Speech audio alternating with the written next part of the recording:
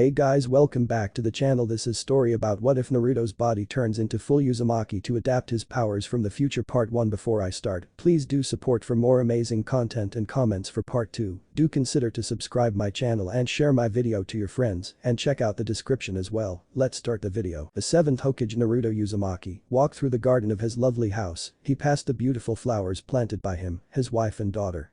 He smiled as he caught the sight of a few sunflowers that reminded him of his two himes. His white cap with flames on it and his title Nanadame Hokage stood proudly on his shoulders. He turned the knob of the door slowly and with a great big smile shouted, "I'm home." After a few seconds of his voice echoed throughout the house, he heard two sets of footsteps coming from the house, one from the kitchen and the last one from upstairs. Knowing who would end up greeting him first, he held out his arms and crouched down, and from the corner, his lovely daughter ran to him squealing, "Touchin, you're home." His little Hima ran right into his waiting arms, and Naruto lifted his little girl into the air as she squealed and gave a big hug and kiss on the cheek, which she happily returned. "Hello Hima Hime, did you have a good day?"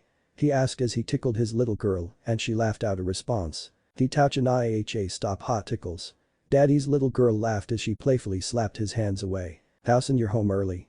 His eldest son Boruto walked down the stairs. He missed the times when he used to run into his arms like Himawari did and couldn't help but hate himself for not being there for him as much as he wanted to. Naruto gave his son a great big smile as he proclaimed, "Yep, your old man got some time off to spend with you too." He told the children as he put Himawari down and patted her on the head and then did the same to Boruto, much to his fake dismay. But everyone could see the smile he made after his dad finished ruffling his hair. "Oh really, knowing our luck war's going to break out and be forced to call you back to work?" Boruto smiled at his father, though a part of him expected and accepted his father would be forced to go back to work like always. "No worries, I made Shika and Kakashi-sensei promise to handle all matters of war until after my vacation is finished."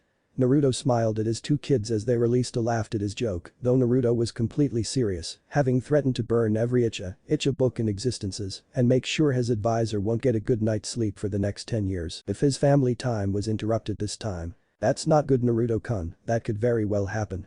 Naruto had a great big smile as he looked at the love of his life, Hinata Uzumaki, his wife. "Don't worry, I'm sure the guys can keep the village intact by the time I come back." He reassured his wife and then looked at two pairs of eyes the same blue as his own. "I promise nothing, short of some super powerful being coming to end the world, will keep me from you two, and I never go back on my world. Because that's your ninja way." Hinata, Boruto and Himawari all finished and Naruto did his nervous tick and rubbed the back of his head and he grinned at his family. "A Touchin Towson, that happened just last month." Both Himawari and Boruto spoke at the same time. "Hey, no worries, everyone knows that the end of the world doesn't come about till a year after someone's last attempt." Naruto gave the nice guy poses before his son broke up. "But knowing your luck, this would the 1/100,000th chance that it happened and the world did end tonight," Boruto sarcastically told his father as he walked to his mother. Naruto hugged his wife and kissed her, getting an awe from his daughter and yuck from his son who was hiding a blush. "Hello, Hina Hime," Naruto whispered huskily as he hugged and kissed his wife, sending a shiver down her spine. "Welcome home Naru-kun," Hinata told her husband as she gave him a kiss, watching as his blue orbs shined with pure happiness at the greeting. This was what he's always wanted, someone to come home to, a loving wife and children to greet him, the family of his own he's always wanted. Naruto smelled an all too familiar heavenly aroma in the air and he started to drool as he asked in a hopeful voice, "What's cooking?" "Beautiful." He asked his wife and was delighted to see the familiar tinge of red on her adorable cheeks. Hinata Hime will always be Hinata Hime, no matter how much time passes, she never changes. He chuckled in thought as he nuzzled her neck and breathed in her wonderful scent, embarrassing her more. "And Naru-kun, I was just cooking some," Hinata stuttered as she glowed a bright red, still not used to her Naru-kun's wonderful affection after all these years. "Ramen!" Boruto and Himawari shouted at the same time. Even though they didn't enjoy the food as much as Naruto, they still loved it almost as much as their father. "Hina Hime, did I ever tell you how lucky I am to have such a wonderful wife?" He purred into her ear, enjoying the reaction and couldn't wait for what would happen tonight. "It's been way too long since I last had her." "Why yes, all the time." She stuttered and Naruto put on a thoughtful expression before he said, "Not nearly enough." As he took his Hime's hand and led her back into the kitchen. "I swear, you probably knew she was cooking ramen and rushed over here." Boruto snickered as his father sputtered a reaction. "Nonsense, I wouldn't do something like that." Naruto said, avoiding eye contact, and Boruto raised an accusing eyebrow at him and tension rose in the air. "Ouch, and you're drooling," Himawari squeaked and Naruto quickly blushed and brought up his sleeve to wipe it, getting a laugh out of his family. "Aha, I swear Towson, you have a sixth sense for when mom's cooking ramen." Boruto laughed before his mother chirped in. No, he just has an Anbu on special Raymond watch, so he always knows when I cook it. Hinata laughed and the whole family laughed harder. Naruto was looking away whistling an innocent tone before everyone looked at him with suspicion before they all broke up in laughter again. They all had tears in their eyes as they laughed. It's been way too long since they could all relax and laugh together as a family. The whole family sat down and started talking adamantly about their day as they enjoyed the feast prepared by their loving mother-wife. As they finished they chilled in the living room for a bit until it was all time to go to bed. Naruto tucked in Himawari with a goodnight kiss on the cheek before he went to do the same to Boruto, despite his constant protest that he's too big for it. As Naruto tucked his son in bed, Boruto asked Tausen, "Do you think we could go fishing tomorrow?" "Sure son, I promise." Naruto whispered as Boruto's eyes started to drop. "But and Yon, remember you never go back on your word." He told his father before he nodded off to sleep. Naruto walked up and gave his son a kiss on the head that he wouldn't have been able to get away with if he was awake. "I know, and I will keep it," he whispered before he said goodnight. And went to join his beloved wife in bed. Naruto walked in and was greeted to the wonderful sight of his wife, wearing a see-through lavender dress, her twins on full display, and two swollen nubs, showing she was aroused as she laid on the bed, waiting for her husband to claim her. Naruto's jaw dropped at the sight her silky black hair was dripping wet from a fresh shower, and she had snow-white pale skin that contrasted perfectly with her lavender underwear. She gazed at her husband with wanton desire in her lavender eyes. Naruto gulped as he felt the all-too-familiar stir in his pants and gave a slight growl as he succumbs to his own lust that wanted nothing more to hear her scream her name in passion. It had been far too long since they last had some intimacy. Naruto crept his way to his wife like a predator stalking its prey. Oh, the irony. Years ago, she was the one stalking him, and now she loved the power trip she had every time she saw her husband's eyes clouded with desire for her. She didn't need to chase after him now, instead he was the one chasing her. "Naruto-kun, would you like to have some fun tonight?" Hinata purred with a predator smirk of her own as her husband dumbly nodded. In bed she was a whole other person. "Great. Because I was thinking about us, maybe having another child." Hinata asked, pleaded her husband. The sudden suggestion brought her husband back to his senses and out of the daze he was in, but he was still left wanting her and knew that he couldn't deny her anything she wanted when she was half naked and oozing sexuality. You know I would love and willingly do anything you say, but are you sure? I mean, I haven't really been father of the year since I became Hokage." Naruto told her, fight back the urge to just take her and at least talk about this before she ends up pregnant again. "Yes, I am Himawari and Boruto are growing up fast and I know for a fact they would love another sibling to play with and I want to have someone to baby while I wait for grandchildren." Hinata told him, crossing her legs in hypnotic manner and tempting Naruto, "Just take her. I know that, but I missed so much of their lives. What if I do it again and mess up this time too?" Naruto was almost crying. He loved his family with all his heart and would give up being Hokage in a heartbeat if he had to. "Naruto, I know you're worried and I also know you always wanted a big family and you also want to restore your mother's clan." Hinata walked up to her husband, swaying her hips seductively as she did, causing Naruto to groan at the unfair adventure she had. But I almost lost Boruto." He was silenced by his wife's finger as she gave a hot and fierce look. "Now you listen to me, Naruto Uzumaki, we love you, I love you, Himawari loves you, and so does Boruto, so don't you ever say that you almost lost one of us, because we love you and are here to stay." Hinata shouted as her husband, and a lone tear dropped at hearing that as he hugged his wife. "I know I know, I just don't want to make my family suffer like I had. I hate myself for making Bolt and Hima feel like they grew up without a father." Naruto sobbed into her neck. "Naruto-kun, do you remember what I called you all those years ago when I told you what I think of you?" Hinata asked as she lifted Naruto's head and they stared into each other's eyes as lavender orbs crossed blue. Naruto remembered the time. It was the first time someone wholeheartedly believed in him, the first time someone supported, and it was the first time his wife gave him the strength to keep moving forward. It was then that he fell in love her. As her husband nodded, Hinata continued, "You are my proud failure. You may fall down, you may make mistakes, but you always get back up and make it right. You did that with Boruto, and you will do it for our future children." Hinata told him determinedly, and Naruto fell in love with her all over again at seeing the same strength that saved him those years ago and left him enamored with her. Naruto gave a chuckle as he felt his desire stir at seeing his wife show her claws and exactly why he falls in love with her, and he knew he lost this round. "You're right, you always are. I can never beat you. It's a good thing you're always here to knock some sense into me," he told her as he gazed into the lavender moons she has for eyes. Hinata brought her hand up, cupping her Naruto-kun's cheek and stroking his whiskers like she did all those years ago on the battlefield where he almost gave up hope. "Of course, I'll always be by your side because I love you and I always will," she whispered as she kissed him. As the two broke apart, Hinata looked at him with pleading eyes. "Does that mean?" Her husband cut her off. "Yes." he told her, pulling her body into his so he could feel all of her ample bosom and delicious curves. "Let's make our family bigger, Haim," he growled before he attacked her lips with his, causing her to release a very, very happy squeal moan in delight as his tongue tasted the moist cavern of her mouth and their tongues tasted and battled each other, having missed the sweet taste of each other for so long. As the two broke apart, breathing heavily as sweat began to form on their brow, Hinata breathed out, "Good, because I need you now, ahhh. It's been far ahhh. Too long and I can't wait any longer ahhhh."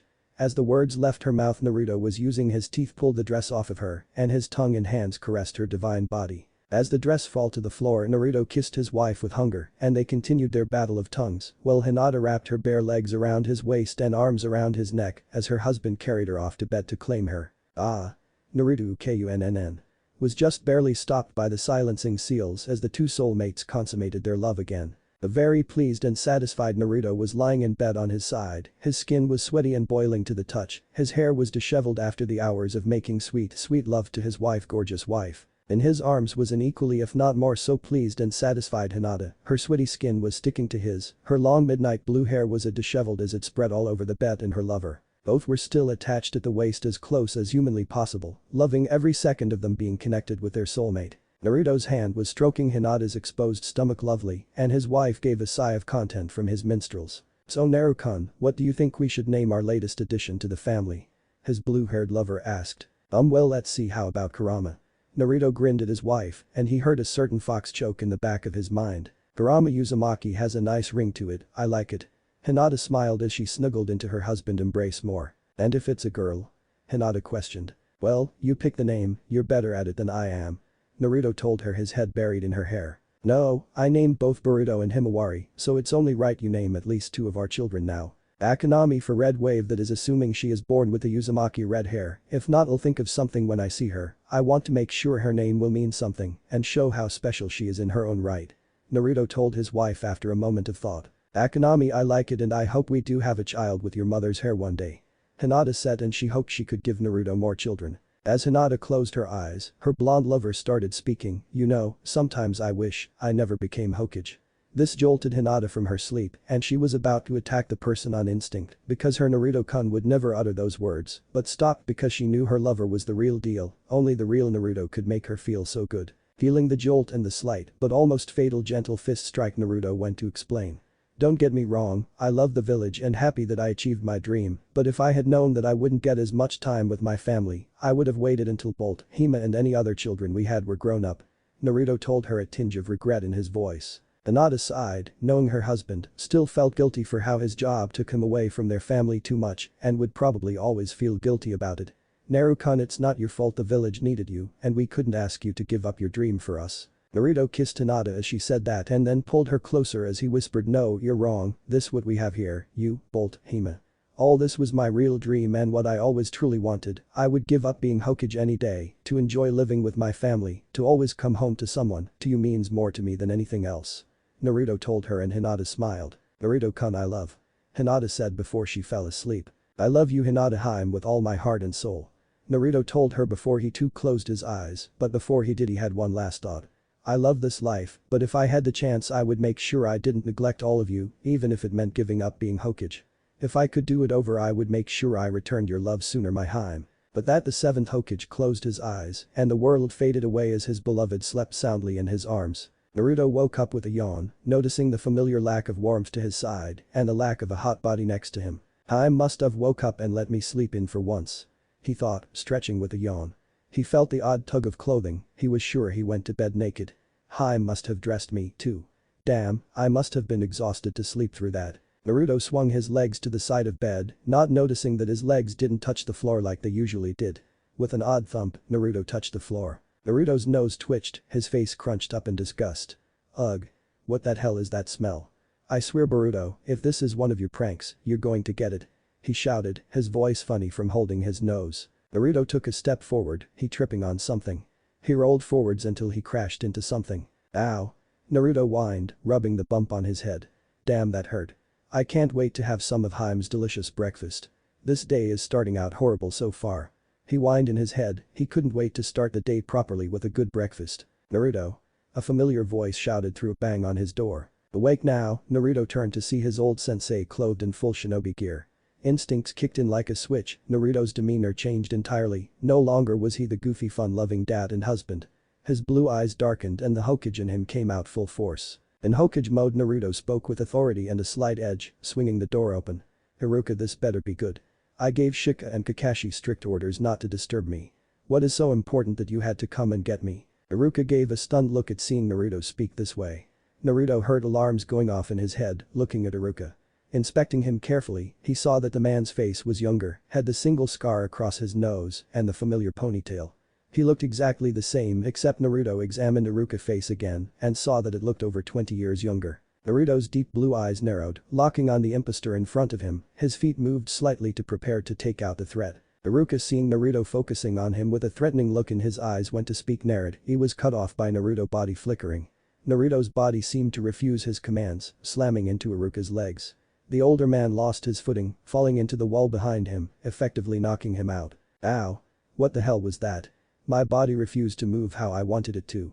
Naruto thought, rubbing the new bump on his head, trying to get up only to fall on his butt as his legs moved the wrong way. Annoyed, Naruto looked at the impostor, assuming it was his fault he wasn't moving properly. His eyes widened, looking at the room he was in. It wasn't his room. Well, it was, except it was the room in his apartment building from when he was genin. Naruto looked down to see he was wearing the pajamas he favored as a kid and stubby little legs and arm from not eating right as a child. Looking around his apartment, he saw that everything was how he remembered it. Clothes and ramen cups scattered about, mold growing all over the place, and stains from ramen and various things all over the place. It even had the same disgusting smell to it. Yuck. Did I really used to be that much of a slob before Hinata came into my life? Naruto struggled to get off the floor, though having more success this time, despite the awkwardness with his body. Looks like a five senses illusion, coupled with distortion of motion control and coordination. Or even a jutsu that disrupts nervous signals themselves. He thought, flexing his hand and it felt and moved weirdly compared to what he wanted. Thank Kami-sama for Hinata teaching me so much about Genjutsu after we got together. I wouldn't have recognized or named the effects if I was still my ignorant pre-Hinata days. Naruto recalled, identifying the symptoms in seconds. Naruto growled in irritation. Damn fox.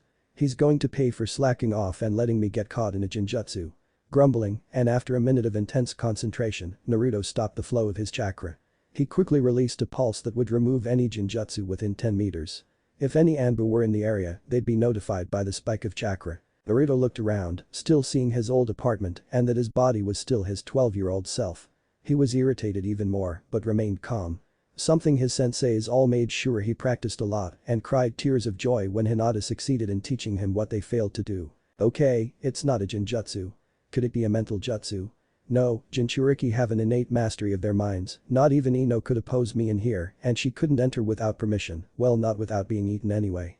Naruto considered, entering his thinking pose with difficulty and pondered further. If it's not a mental jutsu or a Genjutsu, that leaves a mental Genjutsu where the target is trapped in an illusion within his or her own mind or the mind of the caster. But most Genjutsu of that caliber require visual prowess like Itachi's Tsukiyomi. Sasuke and Sarada are the only ones with the Sharingan now and only Sasuke would be able to cast it. I don't feel his chakra with our resonance so it can't be him. Naruto pondered, his brow furrowed in concentration, he was reaching his limit. Okay, if it's not of the Genjutsu or mental jutsu class, then it has to be an ninjutsu, one that changes the environment based on the target's memories and thoughts with a self-applying feature to prevent release from chakra pulses cast over the area. Naruto smirked, figuring out the jutsu used on him. If that's the case I just need to blow it away with a large dose of chakra. Naruto smirked maliciously as he raising his chakra to what he assumed should be roughly 5% and released a pulse of chakra. If his calculations are correct the pulse should reach outward to about a diameter of 5 kilometers, which would be almost the size of the Konohagakure. The fake Iruka awoke just at the time of the chakra release and felt the immense chakra wave that originated from his student and Naruto, he thought in astonishment and fear, because the amount of chakra released was insane from an academy student and he almost peed himself from it. When Naruto was done, he was shaken that whatever jutsu he was in didn't come undone, whatever patience he had was lost as frustration reached its peak. That's it, I don't know what the hell this jutsu is, but no more playing the fuck around. He shouted with ferocity scaring the Iruka with how much anger was held in those few words. Naruto closed his eyes and focused the yang chakra of the Sage of Six Paths, gifted to him by Super Gramps, with much greater difficulty than he was used to. He brought out a single Truth Seeker ball, composed of all nature elements. This Truth Seeker ball will neutralize any jutsu or chakra it comes in contact with, no matter the jutsu used, this will undo it. Naruto spoke out loud, a crazed glint in his eyes and perspiration from the effort he had to use. Iruka looked at the black orb, fearful, his chakra going wild from an instinctual reaction to it. But as both Iruka and Naruto stared at the orb, a creak appeared in it. Naruto stared dumbly. It's not supposed to do that. Looking at the orb, more cracks appeared, and before he knew it, boom. The orb of destruction exploded, sending Naruto into the wall and forcing Iruka to stay down. Rubbing his head, Naruto grumbled, "Fuck." Looking towards where he was just a few seconds ago, he spotted a hole in what was his apartment and made an even bigger mess than there already was. "I'm so glad I don't need to clean this up," he thought, turning to see a few of the windows broken. He couldn't stop a single tear at the sight of a fake Mr. Aki, his precious plant that survived even Pain's assault, the one his Hinata Heim gave him in secret as children. Lying on the floor, his pot knocked over and broken, his roots destroyed. Naruto stood up, wincing in pain, his body covered in all sorts of cuts and bruises, pajamas slightly singed. Okay, this is definitely not a genjutsu, it hurt way too much to be an illusion. He surveyed the room and the damage. What the hell is going on here? The seventh Hokage roared. Iruka, seeing that Naruto calmed down somewhat and stopped doing crazy things and recovered from his own injuries, went to speak. When Naruto noticed, he immediately had another idea. Wait, if I am trapped, then they most likely want to either keep me here out of the way or want information. That would explain why everything looks like it did from my memories. But something doesn't feel right. If they wanted information, it would have been more effective to make sure everything was the same and as close to real life as possible. But there were also details that I shouldn't remembered, or at least I don't think so. I didn't remember them until I saw them. Better ask Ino about that when I get back. He mused, getting off track. Putting his mind once again on track, he finished his thoughts. If they wanted information, they would be spying on me, somehow. It's possible the people here are actually disguised as my friends and loved ones to trick me. In which case, he grinned at the fake Iruka, a menacing glint in his eyes, and the man held his tongue from seeing it. I need to escape and find out what these bastards have done to my family. Naruto focused, trying to get the fox's chakra to change his appearance. But he was barely able to summon it up and was only able to lengthen the nails of a single hand. Looking at his mismatched claw. They must have drugged me since I can't use chakra right. Maybe that's why my truth secret ball failed and why my body doesn't move right. Iruka was looking at the claw before Naruto disappeared, feeling a kick to his side. Looking at what hit him, he saw Naruto awkwardly positioned over him as if he was about to fall over. Naruto swayed and steadied himself by putting a hand on Iruka's shoulder. Now recovered from his failed attempt at body flicker, he lowered his clawed hand at Iruka's manhood. Iruka's sweat dropped and he was afraid of the sharp claw that were ready to neuter him as it hovered dangerously close to him. If you don't want to lose what makes you a man, you will tell me what the fuck you've done with my family or else. As if reinforcing his threat, the claw floating near Iruka's crotch went closer, skillfully cutting some of his pants, but left the boxers and skin underneath it untouched. Family? What the hell is he talking about? This can't be Naruto. Iruka thought. He wearily eyed the claw centimeters from his manhood and gulped. Iruka shook his fear off and questioned the person disguised as his student. Who are you, and what have you done with Naruto? Iruka asked. Anger flared in his eyes at the thought of his missing student being held captive. That's nice. Playing the concerned card. Well, it won't work. Now tell me what the fuck have you bastards have done with my family or else. Naruto spat with malice, done with fucking around when the family he's always wanted needs him. Seeing this reaction and how real Naruto's ire was, Iruka decided to ask another question and hoped he lived through it. Naruto, name the entire Ichiraku menu. He asked, knowing that only a ramen fanatic like Naruto would know it. Naruto anger tripled at the question and had enough. Kurama. Fucking get out here and tell me what the hell is going on. He shouted to his partner and friend but got no reply. It worried him that Kurama was this quiet. He was only this quiet when he slept. Searching inward, Naruto found the familiar chakra that belonged to his fox friend. He relaxed, knowing that his partner was still with him. But something felt off to Naruto. It felt weaker than usual. They must have sealed him so he couldn't help. Well, these amateurs should know better than to use seals on an Uzumaki. After Naruto found out about his mother and clan, he searched for anything related to the Uzumaki clan. It was hard, but he did discover quite a lot about his clan's history. Most of the history and jutsu was lost, but he still proved himself to be talented in Fuinjutsu. He practiced the art and thanks to the shadow clones, God bless them, it hadn't taken him much time to master. Hey, you damn fox. How could you allow someone to get the drop on you? Naruto shouted as he pulled up his shirt and channeling chakra into his belly. Iruka's ears perked up at the mention of fox. He watched wide-eyed as the fourth seal appeared on Naruto's stomach. He was an expert in barrier jutsus himself, he could tell it was no fake. What the hell? Naruto exclaimed, seeing an exact replica of his father's 8 trigram seal. It was too exact to be a fake, and Naruto didn't have the knowledge in Fuinjutsu to memorize it when he was younger, so it couldn't be his mind's doing. He could make out the rider's quirk of his father that he saw when he looked through his old seals. Each seal master had their own quirk and style that acts as the equivalent of a fingerprint. Only that it can't be copied, not even by a Sharingan, since the muscle memory plays a big role in it. Every person writes their seals differently, and a seal master can easily identify the maker and quirks of the seal within seconds. But it would be almost impossible for Naruto to recreate a perfect replica of his father's seal, even if his mind added the quirks he knows about. Fuinjutsu is too complicated, and one could always tell the fake from the real thing if one knew what to look for. Naruto shook his thoughts and focused his mind inward to enter his mindscape. It was harder than before with a new seal on him, but he still managed to do it. He entered the sewer, with water in it, and seeing the cage the Kyuubi had been trapped in for most of his life. The word for seal stood on the bars, unblemished, showing it was still in peak condition. Kid. What the hell is going on? Why the hell am I behind this repugnant cage again? Boomed Kurama's voice, angry at being trapped after years of freedom, thanks to his container. Naruto's heart went out to the beast, knowing how hard it was being locked up again is for his friend. I don't know, Kurama. I just woke in my old apartment building with a young Iruka yelling at me, I'm in my 12-year-old body, I don't what the hell's going. Or what the fuck happened to Hinata, Boruto, and Himawari. Naruto shouted, anguish in his voice to his friend, and noticed his voice sounded normal. Looking down, he saw that he appeared in his adult form with his Hokage robes. This confirmed that he was in his mindscape since he appears how he sees himself at the time he entered. Kurama looked at his container and even though he'd have trouble admitting it, his friend and he could feel the pain and worry he feels for his family and mate. A feeling he shares seeing the kid's family as his own family after living with them for so long and having watched the little kids grow up. Naruto, it will be alright. We'll rescue our family and tear the bloody bastard that put us in this mess apart, ourselves. The dreaded Kyuubi tried to reassure his container as best he can, in his own violent. Naruto knowing the Kyuubi so well, it worked, and he calmed down. Thanks Kurama, I needed that. Naruto thanked his long-term partner and friend. Don't go soft on me, now kid. We got work to do and figure out what the bloody hell is happening. Kurama teased. The boy he's come to see as his own and grinned when he got the response he wanted. Naruto slammed his fist into his palm, feeling his usual energy come back. Right, let's do this and figure out what's happening. Naruto shouted with determination. Perhaps I could be of some assistance in that endeavor. Came an old but powerful voice, surprising the two occupants that should have been the only ones allowed to enter this plane. Naruto and Kurama turning towards the new voice, were shocked at who they saw. Super Gramps old man. Shouted a shocked Naruto and Kurama respectively, what the hell are you doing here?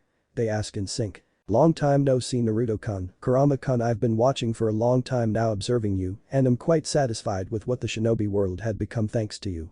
Greeted the ancient sage. Both Naruto and the fox nodded dumbly at the sudden appearance and casual greeting of what could be arguably one of the strongest beings in existences and how he greeted them like they were having afternoon tea. The almost omnipotent sage went on to answer the duo's question as if it was ordinary to show and talk to them out of the blue.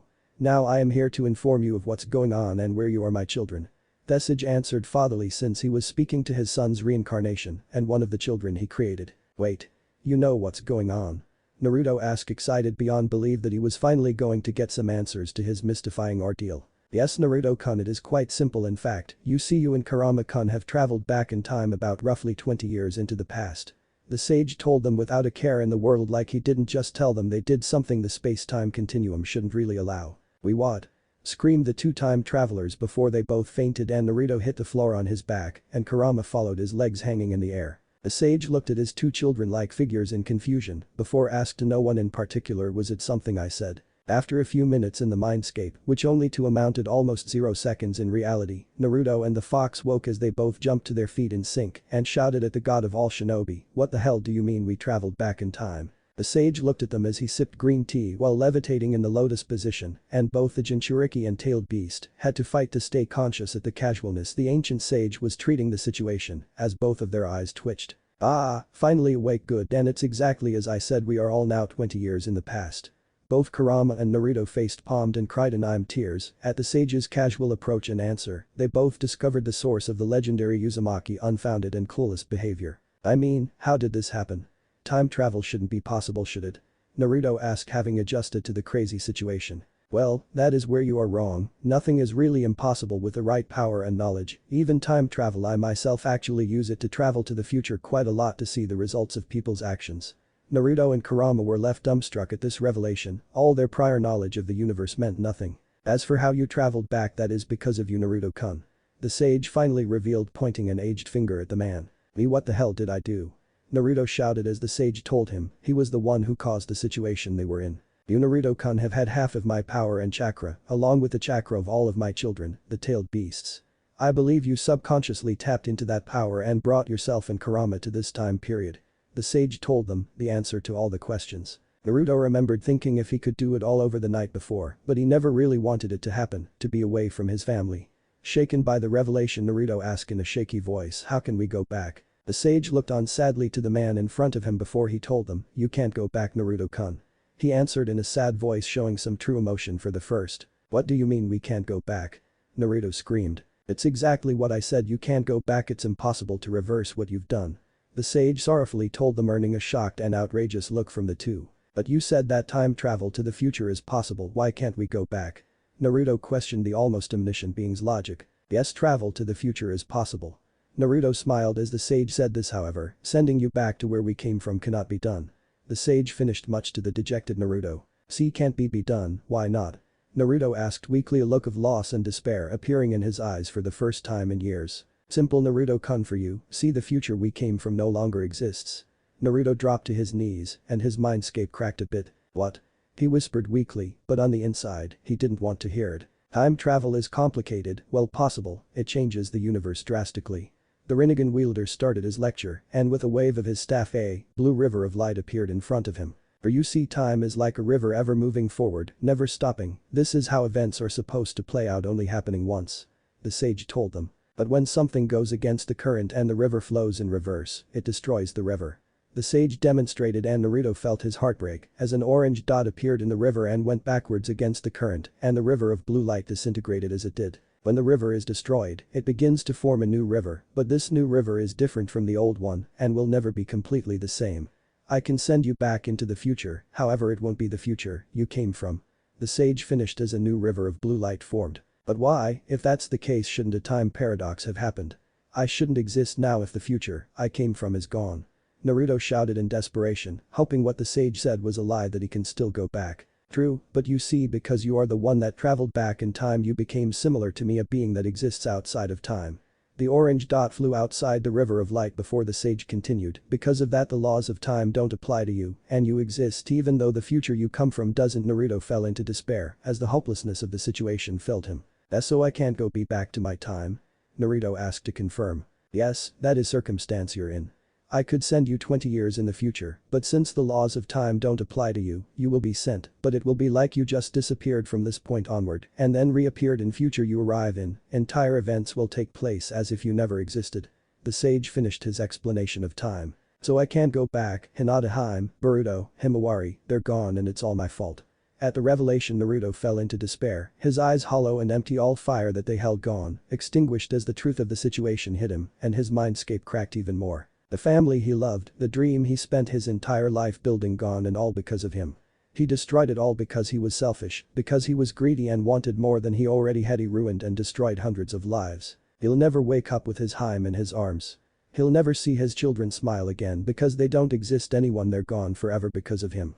So many lives were unborn, Boruto, Himawari, Sarada, Mirai, they don't exist. All the good he's done or the sacrifices made, all pointless. He and Hinata aren't married, there's no shinobi alliance, all his friends lives and happy futures were destroying, all because of him. All was ruined, he lost everything because of him, it was all his fault, there was no way around it. Naruto screamed in anguish and his mindscape was torn asunder as his scream of utter agony and despair echoed through his mind, collapsing it, much to the sage's and Fox's shock. Naruto-kun, shouted the two supernatural beings as they watched horrified as Naruto's mindscape reformed to reflect his state of mind. They watched powerless to stop the transformation as the once clear water and walls of the sphere became a void of darkness and despair. Radiating nothing but guilt, sorrow, anguish, torment, grief, every negative emotion known to man was carved into his very soul. Now Naruto's mindscape was nothing but an empty void, all that stood in it was the cage Kurama was in, and that was only because he was focusing on keeping some ground under him. The rebuilt fourth seal had cracks in it as big as his ever seen, the bars of his prison were fractured and rusted. Like it would break completely if the fox so much as breathed. The paper for seal that served as the lock and centerpiece of the prison was almost completely gone, and all that remained that was keeping the seal together was a single piece of paper about only 1/10 of its original size, and it looked like that would go any second. The other occupant, the sage, hovered within the void, his ripple eyes gazing sadly at the boy in front of him. In the center of the mindscape hovered Naruto Uzumaki, in a little boy's body of roughly 5 years old. He was no longer the invincible man that made the impossible possible. He wasn't the person that was known for his guts to never give up and prevail, no matter the odds against him. No, standing in front of him was no longer the boy that fought fate and destiny. Naruto Uzumaki was a shell of his former self, his eyes ringed hollow, filled with only the hopelessness and despair. His once bright and spiky hair now hung lifeless and dulled, and his 5-year-old body looked weak, suffering from malnutrition. He was nothing but skin and bones, as his lifeless pale white skin was the only thing that could really be made out in the darkness. The will of fire had gone out and Naruto Uzumaki faced defeat. Both the two supernatural beings looked over their charge in grief, not expecting that the boy they knew so well as the brightest and most determined person could be drained of all life and reduced to this pitiful state. Both of them felt their stomach turn, a look of disgust overcame them as the concentrated emotions around them suffocated the two, making them both feel and look weaker, their sensitive senses being overloaded by the sheer anguish that Naruto was going through. "Old man, what the hell have you fucking done?" roared the enraged fox, feeling anger at its creator and father figure for what he did to its kid. Hagoromo looked at the empty shell of Uzumaki with regret and flinched at the anger one of his children was giving him, having not felt it since Indra strayed from the right path. "I'm sorry Kurama-kun, I didn't mean to cause this to happen." The sage told him in sorrow, he only wanted to help the young boy out and explain the situation he was in. "You didn't mean to. You basically told him he ended the world, destroying everything he cares about, and you just say you didn't mean to." Kurama bellowed in outrage, feeling something he never thought he'll feel for its father, pure hate. "You should know how sensitive the kid is after the life he's lived through, that hell, and being told that he lost everything he loves and took his entire life to get is gone now because of him. And you didn't mean to cause this." The fox raged and made the sage grimace. Feeling guilty knowing everything the fox told him was true when it put it like that. He knew the life Naruto went through was hard and it was a miracle he became who he was before. But because of that he misguidedly thought that nothing could bring him down and extinguish the fires of determination that always burned in his soul. But he forgot one simple fact: Naruto was only human and even he has a breaking point. That breaking point was losing the dream he never thought he'd have, the family and love he always wished for, and all because of him. The sage's shoulders sagged in regret, shame and guilt as he apologized to his two boys. "I'm sorry Naruto-kun and Kurama-kun, I truly am. Even near omniscient and omnipotent can make mistakes if they're not careful. Sorry isn't going to cut it, we need to get the kid back to his old self." The Kyuubi told his maker and the sage agreed. "You're right, there is one thing I should mention then." With a wave of his staff the blue river from before appeared, but it only had a dull light to it now because of the atmosphere draining his powers. Even though it is impossible to create the exact same future as before, some things will still happen and not change as long as you or anyone else interferes with it. For you see, like all rivers, when a new one is formed it flows and forms on the remains of the previous one. The faint canal appeared under the river of light, it curved and turned and the blue river poured into it and flowed down the channel. You see, this is what is known as fate. As long as specified conditions are met, then so will events from the preceding timeline be recreated. Even if the timeline has changed it will continue to run the course that is the most easiest to run and already set, only beings like ourselves can change the outcome. The sage lectured again about the theory and logic behind time. If you started with this maybe you would have been able to keep the kid together long enough for him to fix his mistake. Kurama growled as it gestured to Naruto who, much to both beings' dismay, hardly reacted. The sage continued his speech in hopes of getting a reaction from the broken boy. "Anyway, even though your children aren't born yet, regardless of when or where, as long as Hinata-chan gets pregnant again by you, she is granted to give birth to Boruto-kun and Himawari-chan, so you will see them again, you just need to make it happen." The sage finished and managed to get the boy to at least look at him with his lifeless eyes. Kurama, seeing this was working, but not as well as he hoped, added in his own 2 cents: "In other words, you can fix all your mistakes and make a better life for your family as long as you get back together with your vixen." Kurama told its kid and Naruto reacted and spoke back for the first time. "But even if I did get back with Hina, what's to say it won't happen again, that I won't destroy my future and life again, ruining everything we made and had together?" Naruto argued weakly. "No worries there Naruto-kun, now that you are aware of your powers, you will only travel in time if you physically will it to happen, you will never do it by your subconscious again." The sage spoke up, but Naruto snapped at him. "Even so, I don't deserve Hinata anymore, she was happy we all were, and I ruined it. I'm a monster that took away everyone's life and future. I don't deserve to be loved, I don't deserve to be happy." Naruto snapped. The revelation that he caused it seemed to bring back all the fears he had of becoming the monster the villagers saw him as when he was younger, and in the end they were right. He ruined everything and destroyed everything. Kurama looked at Naruto sadly, feeling pity that the only human it really ever came to respect as an equal, the one who pulled itself from the darkness, gave it a life of happiness and a future worth living for. The one that saved it and all of his brethren from the path of darkness and destruction they were heading for. The one who freed them from their hate. Was falling into the same darkness and self-destructive path. Kurama would not let it happen. This time it was its turn to save its family and the closest thing to a son he had. So that's it, you are just going to give and let everyone down, you're going to abandon your friends and family, you precious mate. Kurama growled as taunted its container. I never said that.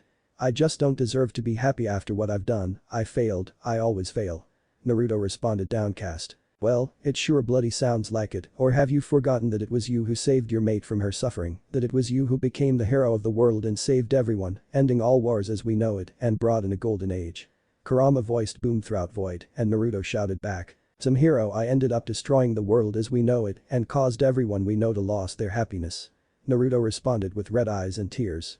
The weight of what he done too much to bear alone, well good thing he won't have to carry it alone because he's never alone and never will be. Then fix it, or are you just going to let everyone suffer because you're having a pity party? Who will stop the Uchiha from going down the path of vengeance? Who will stop Madara and Kagaya? Who will save Obito? Did you forget all the good you did? Did you forget that it was you who saved your mate from her suffering and gave her a life worth living? Kurama spat and Naruto shook in denial as he whispered. I'm sure Hinata would find someone else and live a much happier life.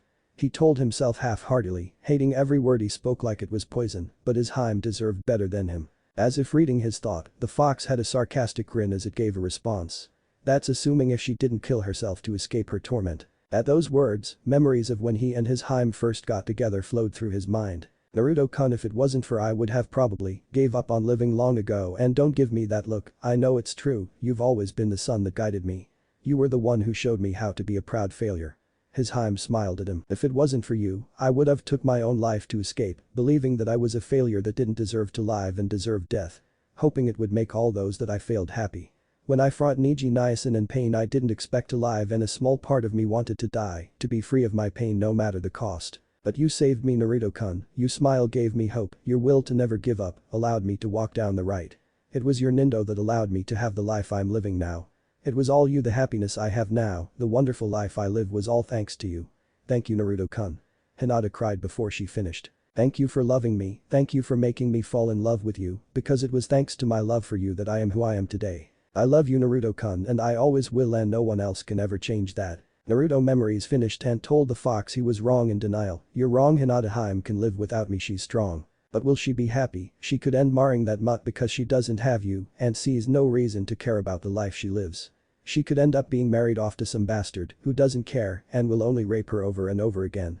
Kurama told him just what could happen to his mate, just how bad she could have it without him. Naruto finally reacted for the first time, in pure anger at the thought of his Haim with anyone else, the thought of her being abused by some filthy lowlife. I will never let my Haim be hurt like that, I'll kill anyone who so much as looks at her wrong. Naruto roared. But that's exactly what will happen without you there, and what about the little kids Boruto and Hime-chan, are you alright for them to lose their chance of life? To be erased from existence because their father can't bring himself to care and fight for them, to get them back? Kurama snapped. No, I don't want that, I would never give up on them. Naruto snapped back. Well, that is exactly what you're doing. What happened to the Naruto that never gave up? The one that always fought till the end. The Naruto that your mate loved, the one your kids loved and were proud to call their father. You moan and moan, but where did Naruto the proud failure go? The one that didn't live for himself, but for his loved ones and would have sacrificed everything for them. Naruto looked at the fox, some of his past light and determination returning as the fire in his sapphire orbs was lit anew. He stared at his closest friend and family, the one who's always been with him in his own way and watched over and protected him. The pathetic human in front of me is not the one I came to call my friend and family. The Naruto I know lives for others, not himself. Now are you going to keep on whining, or are you going to do something and get your family back? If you won't live for yourself, then live for them, your mate, your children, for Hina, Boruto and Hime, fight and live for them, like you always have. The fox spoke with passion and purpose as he grinned at seeing the light of hope shine in his container's azure eyes. Ha ha ha. Naruto laughed and he stood up. You're right. You're right. I just can't give up. I need to fight for them, for my family. Naruto grinned, he was still a long way from being the man he would become, but his blonde hair went back to its normal color and wild state, his skin took its natural tan hue, his cobalt orbs burned with the will of fire once more. The Kurama, this was the image of the boy it watched over as he grew up from a baby to the man that he would become. The one that succeeded where all others failed, the proud failure that always stands tall no matter the odds. The boy that it saw as a son and was proud to do so. Someone one worthy of being Hokage and successor to its old man's will. He was Naruto Uzumaki, he who shall always move forward and down his path without regrets. Naruto still had a long way to go before he was who he used to be, but now he was finally starting to look like the man he was going to be someday, the man that changed the world. Both boy and fox stretched out their fists and bumped them together, a sign of their friendship, respect and partnership as equals. As long as the two live they will always be by the other's side. The sage of six paths couldn't help the tears that fall from his eyes from seeing the bond the two shared. For a time, he'd given up on the humans that persecuted the children he had created, but looking at what the two shared, he knew that he made the right choice. Humans may make mistakes, but the bonds they share know no limits and give them strength far beyond what they could ever achieve alone. Naruto-kun, I'm sorry for the distress my words caused, I was only trying to help you. The sage spoke up, but Naruto waved the old man off. Don't, I needed it to hear it anyway. It would have happened either and it's better than being blind. Thanks Super Gramps. Naruto saluted, his mindscape was still a wreck, but it too will heal in time. Look on the bright side kid, now you can fix all the mistakes you made the first time around, like noticing your vixen sooner and delaying being Hokage, so you get more family time. Kurama piped in, happy to have the old Naruto back. Yeah, you're right, just you wait Hinata. I am going to make sure you and our future children are the happiest family in the world. Naruto shouted to the sky, his fist in the air. The sage faded from the mindscape at peace, knowing the young boy will be fine in the end, especially with the help of all those who support him.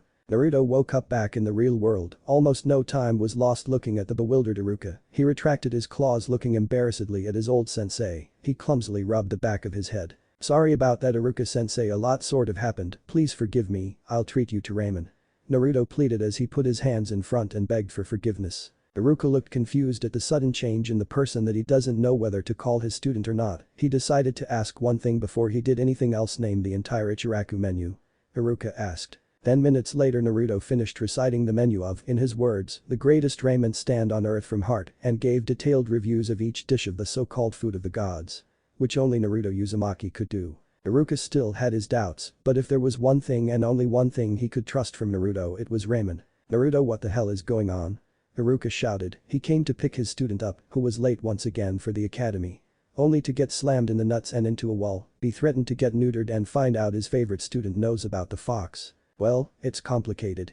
Naruto dodged, not knowing where to start and whether his old sensei will believe him. How complicated? Iruka asked. Complicated enough that I may have to give up ramen if you don't believe me. Naruto flat-toned at the depressing thought of losing his favorite food, but if he had to sacrifice it for his family, then so be it. Iruka gave a look of shock, knowing anything serious enough to make Naruto willingly give up ramen was way over their heads and would require God to make sense of. Hopefully someone called the god of shinobi and professor will do. Okay, let's take it to the Hokage and hope the world doesn't end when you're forced to give up ramen for whatever craziness you got yourself into this time. Iruka saw Naruto flinch and his eyes almost went hollow as he said those words, and he knew that there was something much more serious than just losing ramen at stake for his student. Okay, let's ahhhhh. Naruto tripped and landed on his face. Iruka sweat dropped at the boy that just a few minutes ago was literally the scariest thing he's ever seen, could barely even walk now. Can I get some help please? I'm not exactly 100% now. Naruto asked and Iruka lifted the boy up and left for the Hokage tower still in his pajamas. As Iruka jumped across the rooftops of the village with Naruto on his back, he caught sight of many Anbu and ninja panicking about, most likely because of the massive chakra wave his charge released earlier. When they made it to the tower it was chaos. Iruka rushed right to the Hokage's office, ignoring protests and just barged into the room. He paused as he saw the elders of Konoha Council giving him the glare. The grudgingly elders, respect Iruka didn't back down, but before he could say anything a blue blur shot past them and into the Hokage. Turning at whatever they saw move at such speeds, they were surprised to see the Kyuubi child hugging the third Hokage, like a lifeline. Jason Naruto sodded into the old man's Hokage robes. Hiruzen was baffled despite being so close to the young Jinchuriki and having him call him grandfather, he never once seen the young boy cry so openly. The elders glared at the boy and Hiruzen tried to calm the crying boy down as he dismissed the elders. That is all for now, I have some other matters to attend to. But Hokage-sama, the massive amounts of chakra we sensed early can't be ignored as a matter of fact. That thing.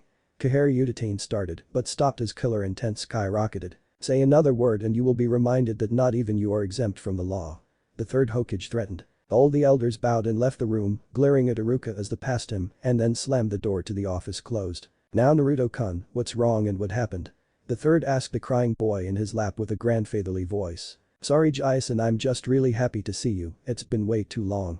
Naruto smiled as he wiped his tears. Ho ho, it's only been a day since we last ate ramen together my boy. The third laughed. For you maybe, but it's been a lot longer for me, I'll explain everything, but first get rid of the 6 Anbu in the room, I need to speak with you in private.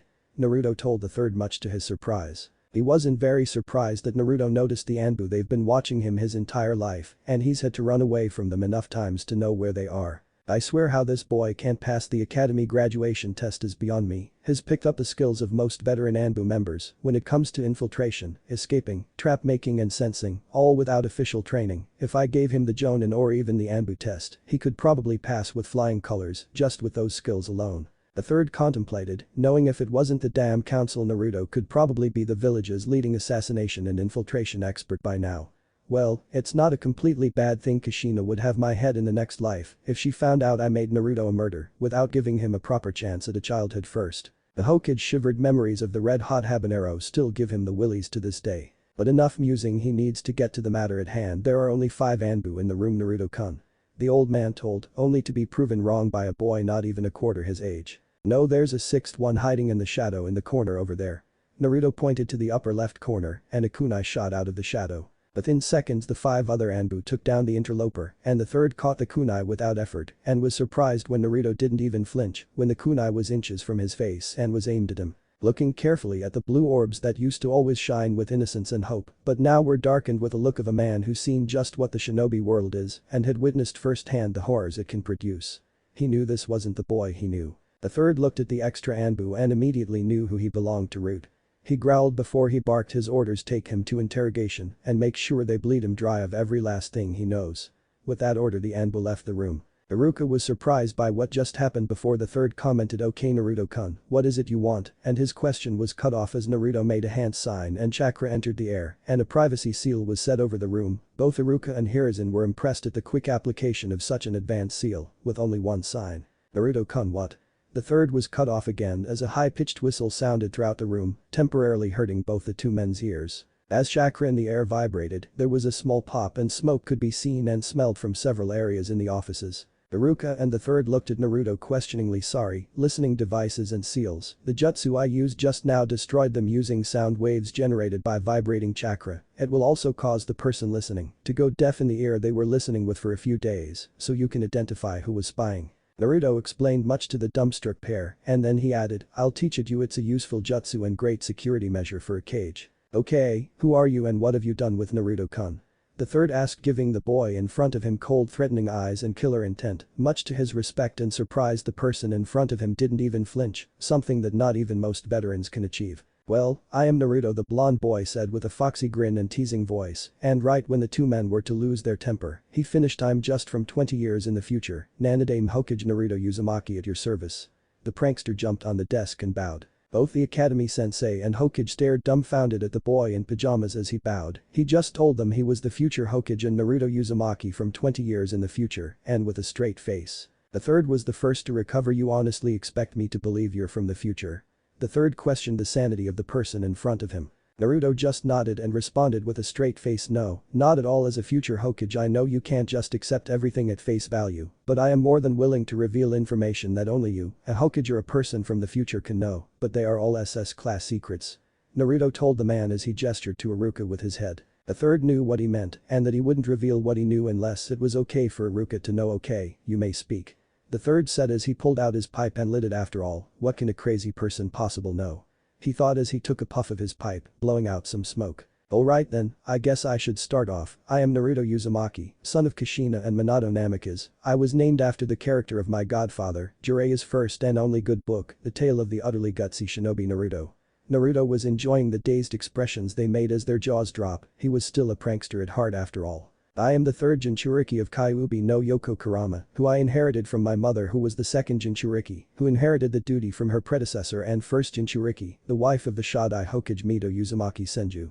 Iruka seemed taken back at the information of there having been Jinchuriki before. Looking confused that Naruto was also related to the two, which was going to be explained next. The reason only Uzumaki are chosen as the Kyuubi Jinchuriki is because the special chakra and vitality our bloodline gives us lets us suppress his chakra and survive having him sealed inside of us, where anyone else would die.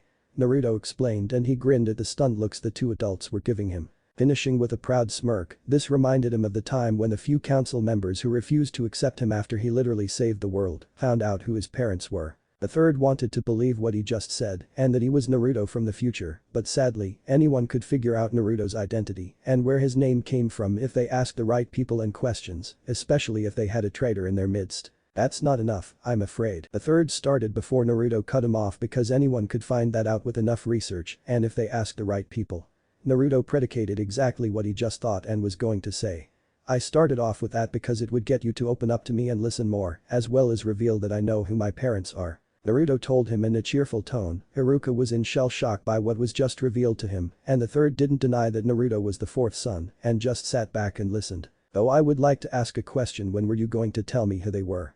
Naruto glared at the third. He only found out who they were when he literally met his father and mother. The third shouldn't have answered and played the boy's game, but he already knew so much so it wouldn't hurt. I planned to tell him when he made Chunin and could handle the truth. The same with the fox. The third said. And did it ever occur to you that me or you might die, or that I won't even become a ninja, since the council were sabotaging me and removed the ARC course, abnormal reserves of chakra course, from the academy curriculum? Naruto told him, anger lacing his voice. Causing students like me who have too much chakra to fail because we are unable to perform low-level E-rank jutsu that are designed for students with low chakra reserves so they can expend both their reserves and chakra control. Naruto snapped. When he became Hokage he found out they conveniently discontinued the practice right when he joined the academy. Chakra control and reserves ratio theory is one of the first things we are taught. The amount of control a person has over their chakra is directly affected by their reserves because it's easier to control smaller amounts of chakra when you have low chakra to begin with. The academy jutsu and curriculum were designed to teach students with a minimal and average chakra reserves while steadily building their reserves and control up so they can perform the more advanced jutsu. Naruto pointed an accusing finger, finally releasing some of the anger he held for the third, not doing his job properly when he was in office, and how much it affected him as he grew up. The ARC course was put in place by the Shodai Hokage for students who have too much chakra to perform the low-level jutsu and control exercises. And are required to be taught high-level control exercises like tree climbing and water walking before they can be taught at the same level as those with normal reserves. All students were supposed to have their chakra measured when they first entered the academy to see if they qualified for the course. Naruto shouted in outrage and was out breath, breathing heavily from doing so, but he was far from finished venting. Those bastards also took away the right to substitute the clone jutsu with any of its varieties, with the excuse that it requires fine-tuned chakra control to do a normal clone, when it's impossible for me to separate and control that tiny drop of chakra when I have a planet-sized amount.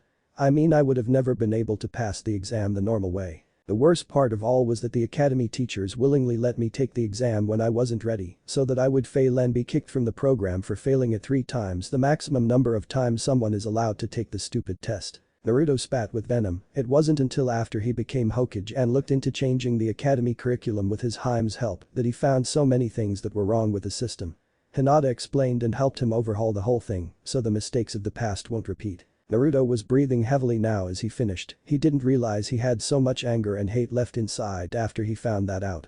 It wasn't only him, but thousands of academy students were forced to be dropped from the program because of it when they could have become some Konoha's best shinobi. Seeing the man who was partially responsible for it, even if he loved the man to bits as his grandfather, all those emotions and hate he never got a chance to direct to anyone were all released like a dam. Naruto was sweating and breathing heavily from his tantrum, and the third and Iruka were shocked at what he just said. It all makes sense now, damn council, when I get my hands on them, they will. The third growled and he promised to look through every single person and speak with all the people who are having trouble or were dropped from the program personally. Iruka was having a much different reaction. What the fuck were you doing?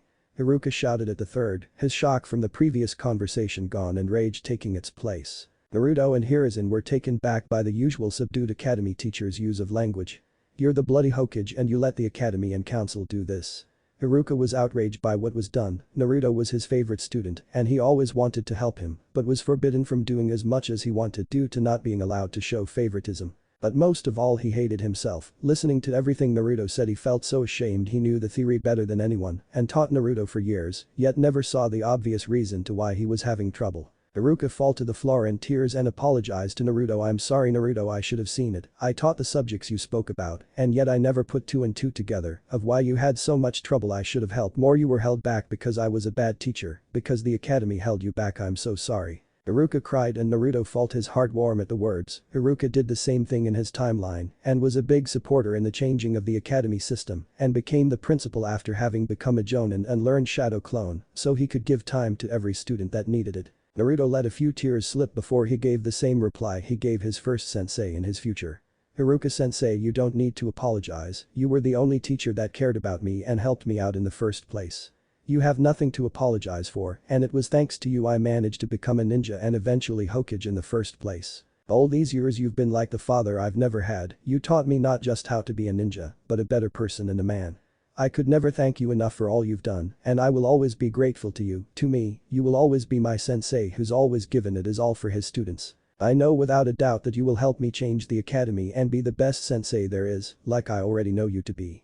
Naruto said with the wisdom of a Hokage, and both sensei and student looked in each other's eyes, and if it wasn't for the third's interruption, they would have had a Guy and Lee moment. "Sorry to interrupt the moment, and you have my thanks for bringing everything you said to my attention, but please understand I can't just take your word for it and believe you're from the future." Hiruzen begrudgingly told the two. True, he wanted to believe in them and give this Naruto his trust and cooperation. It was if he was seeing the Hokage that the boy he saw as a grandson would become. He wished it was truly Naruto, knowing that both Minato and Kushina would be proud of him, but he has the village to protect, and as Hokage, he needs to make the hard choices. He made too many mistakes, relying on Danzo to get his hands dirty instead of him too much. He needs to start making the decisions a Hokage should. Regardless what the outcome of the meeting is, and whether the boy in front of him was who he said he is or not, as long Naruto was safe, he would make sure the person in front of him was safe, because he made Hiruzen Sarutobi, the professor and god shinobi, realize that he still had a lot to learn before he could be the Hokage Konohagakure no Sato needed him to be. He looked at the boy in front of him with a respect that he has only given to a few people who did their best for the village. Itachi and Shisui Uchiha were on that list. "Okage-sama, please believe him, this is way too elaborate to be a prank or some fake. I am willing to stake my life that this is the real Naruto." Iruka pleaded with his leader. The third looks onto his subordinate in sadness. He just couldn't take that risk with the village that he loves, and after so many mistakes that he's done in order to keep it safe. "It's alright Iruka-sensei, if Jason wasn't suspicious, he wouldn't be worthy to carry the hat. A Hokage needs to make hard choices for the village that he loves and keeps those he cherishes safe." Naruto spoke, his voice filled with wisdom beyond his age, as he entered Hokage mode again. The third Hokage wanted nothing more than to hand the hat over to the boy in front of him. He could see the eyes of a cage on him and a will of fire that burned brighter than any he's seen before. There was almost no doubt in his mind that if this person was the real Naruto, then he would be the greatest Hokage there ever is or ever will be. The third gave a nod of respect to Naruto, a sign he wanted the boy to continue. Despite the situation Naruto was in, he was having a blast. One of the things he's always wanted was to earn his grandfather figure's respect and make him proud, but he passed before he got the chance to see the man he became. But now here he is, one of his biggest heroes, looking at him as an equal and with respect. He could tell that the third wants to believe him, and he admired the man even more for holding himself back from doing so. He may not have been the best Hokage, but he was definitely worthy of the job. He held the longest reign among the Hokage and lead the village through 3 wars. It wouldn't have been exaggerated to say that the village only survived this long because of him. But there was one weakness the third had: he loved this village and those in it too much. He had difficulty making the harder choices and put too much faith in the wrong people. He never abused his power and was almost afraid to use it at all. He was almost too qualified for the job, loving the village to the point that it could destroy itself, but when he hardened his heart and made the tough decisions, he was one of greatest Kage there was. To Naruto, who met all past Hokages, the third reminded him of a combination of the first and second Hokages. Naive, but also a realist, yet because of that he has trouble following through with his choices and is split between the two paths, wanting the best of both worlds. Naruto wanted nothing more than to fight the third and hoped he would get the chance one day. "You know, you remind me of both Shodai and Nidaime Hokages, and I'm sure they're both proud of who have you become." Naruto smiled at the third and left him and Iruka confused at the sudden statement. Hiruzen was happy about that. He had no idea how this Naruto knew his 2 predecessors, but he could tell that he meant his words and felt a burden on his shoulders be lifting at the thought of the 2 men he respected most approving of him. "I thank you with the compliment, but we've gone off track. You still need to make me believe in your story." Hiruzen smiled at the 12-year-old Kage, and a look of understanding passed between the two Kage. I know, what I am about to tell you next should do it, since this should only be known to 6 people, including you. Naruto nodded and the third's brow raised at the statement and his jaw dropped at what the boy said next. The Uchiha massacre was orchestrated by Danzo. He ordered, well, more like blackmailed Itachi to kill the clan, who were planning a coup d'etat in exchange for his brother Sasuke being spared and not finding out the truth. You originally had Shisui and Itachi working to prevent the coup, and you agreed to let Shisui use his Kodomatsu Kami to stop the Uchiha leaders from making their move and calm the clan down. This plan was stopped when Danzo stole Shisui eye for his own use and he was forced to commit suicide and give his remaining eye to Itachi. Danzo then convinced Itachi to take matters in his own hands so he could get more Sharingan for his own use by killing off all clan members besides Sasuke. Naruto told them, revealing the biggest cover-up in the village's history. A lot of thoughts went through the third's head. He knew Danzo played too much of a big role in the massacre and Shisui's death, but had no proof. Nor did he know about the fact he had one of Shisui's eyes. It explained so much of how he's gained power over the years. The information should only be known to him and his advisors, plus Itachi. That's 5 people, but he said there was 6. Does that mean that there's another, or was he talking about himself? Either way, the only way he could know so much is if he was working with Itachi or Danzo, or had a spy network greater than Jiraiya's ever was. Even he doesn't know the truth about Itachi and only sees him as faceless contact. The only of choice was if he was telling the truth, and since he told him that he knew about, he's not someone who wants to harm the village. Hiruzen had no choice but to put his faith in Naruto. From everything he said, the boy in front of him cared about the village and had an emotional investment in most topics he told them. Iruka looked to the third for confirmation on what he just heard. Okay, I believe you, or I'm at least willing to trust you. I assume chakra spike earlier was your doing. The third conceded and smiled as he asked the boy about the chaos that was happening today. Iruka was relieved that the Hokage trusted Naruto. Yeah, sorry, at first assumed it was Yinjutsu or some other jutsu, so I tried to dispel it with a chakra pulse. Naruto said sheepishly as he scratched the back of his head. I see by what you said you probably came back by accident then. The third Hokage questioned, able to tell that Naruto actually didn't come back of his own free will then. Yeah, you see, in my time I was given half of the Sage of 6 Paths chakra and I sort of messed up and got sent back by accident and I can't back to my time. Naruto explained. Both Iruka and the third were taken back at the mention of a mythical person and that Naruto had some of his powers. Both were starting to think this discussion was more trouble than it's worth. Really? So the Sage of 6 Paths gave you half of his powers? Your story just keeps getting more unbelievable. The third sagged. Yeah, well, if I told you everything that happened in my timeline, you would think me more crazy than you already do. Believe me, impossible and unbelievable lost all meaning where I come from. Naruto told them, and after everything that was said, both the two adults really didn't want to know what else happened in the future. I'll take your word for it, so now what? Are you really stranded here and can't return to your own time? The darkening look in Naruto's eyes was all the confirmation he needed. Yes, I can travel through time, but the future I came from was destroyed by doing so I can never go back.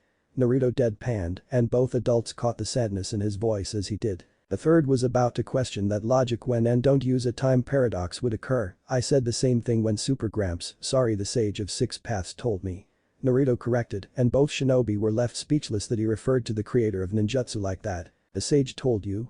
The third asked. Yeah, he said that time is like a river and not supposed to flow backwards, and since I possessed parts of his powers and was the one who traveled back, the laws of time don't apply to me anymore.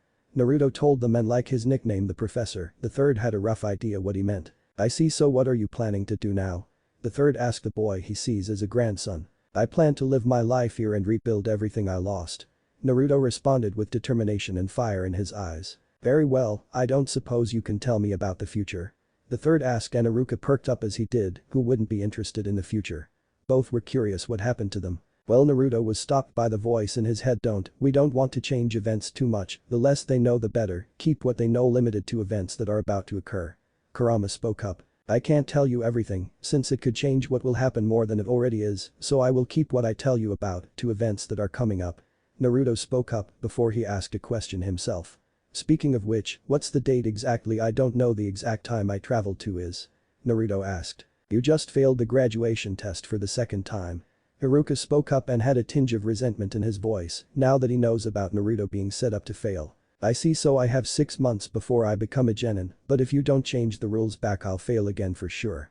Naruto expressed annoyed that even though he is technically a Kage he could still fail to become genin. How did you pass before then? The third inquired, not understand that he could still pass if he can't make clones. Mizuki was a traitor when I failed, he came up and told me if I steal the forbidden scroll and learn a jutsu I could become a genin. I did and learned shadow clones which were perfect for me. Naruto revealed and Iruka took it hard. But Mizuki, he wouldn't do that. Iruka tried to argue, but Naruto stopped him. He was planning to steal and give the scroll to Orochimaru. When you showed up, he told me about the Kyuubi and that it was sealed inside me. Naruto spoke up and the third continued. There was evidence in the past showing that Mizuki could have killed his comrades, but we ignored it due to his track record in the end and some pushing from Danzo. Hiruzen spoke up to Iruka's surprise, having never heard of this before now. In which case I'll try and fix the academy graduation, if not we will let Mizuki's situation play out as before and then I can give you a field promotion and use the excuse that you learning shadow clones proves that Mizuki was sabotaging you. The third Hokage summarized before he ordered Iruka. Iruka, I know that he's your friend, but we can't let this lie keep a watch on him, but don't reveal your intentions. The third Hokage ordered. Yes, Hokage-sama. Iruka accepted, but felt bad that his best friend could be an enemy. The third looked at Naruto and then grinned. So the Nanadame? He asked. Yep, it took years, and I had to wait until most of the council were dead and buried, but I did it, I became Hokage. Naruto jumped as he proclaimed he achieved his dream. I don't suppose I could convince you to take the hat now, could I? Hiruzen laughed at the face Naruto made at the idea. No way in hell, I escaped the paperwork and have no intentions of being chained down by it again so soon.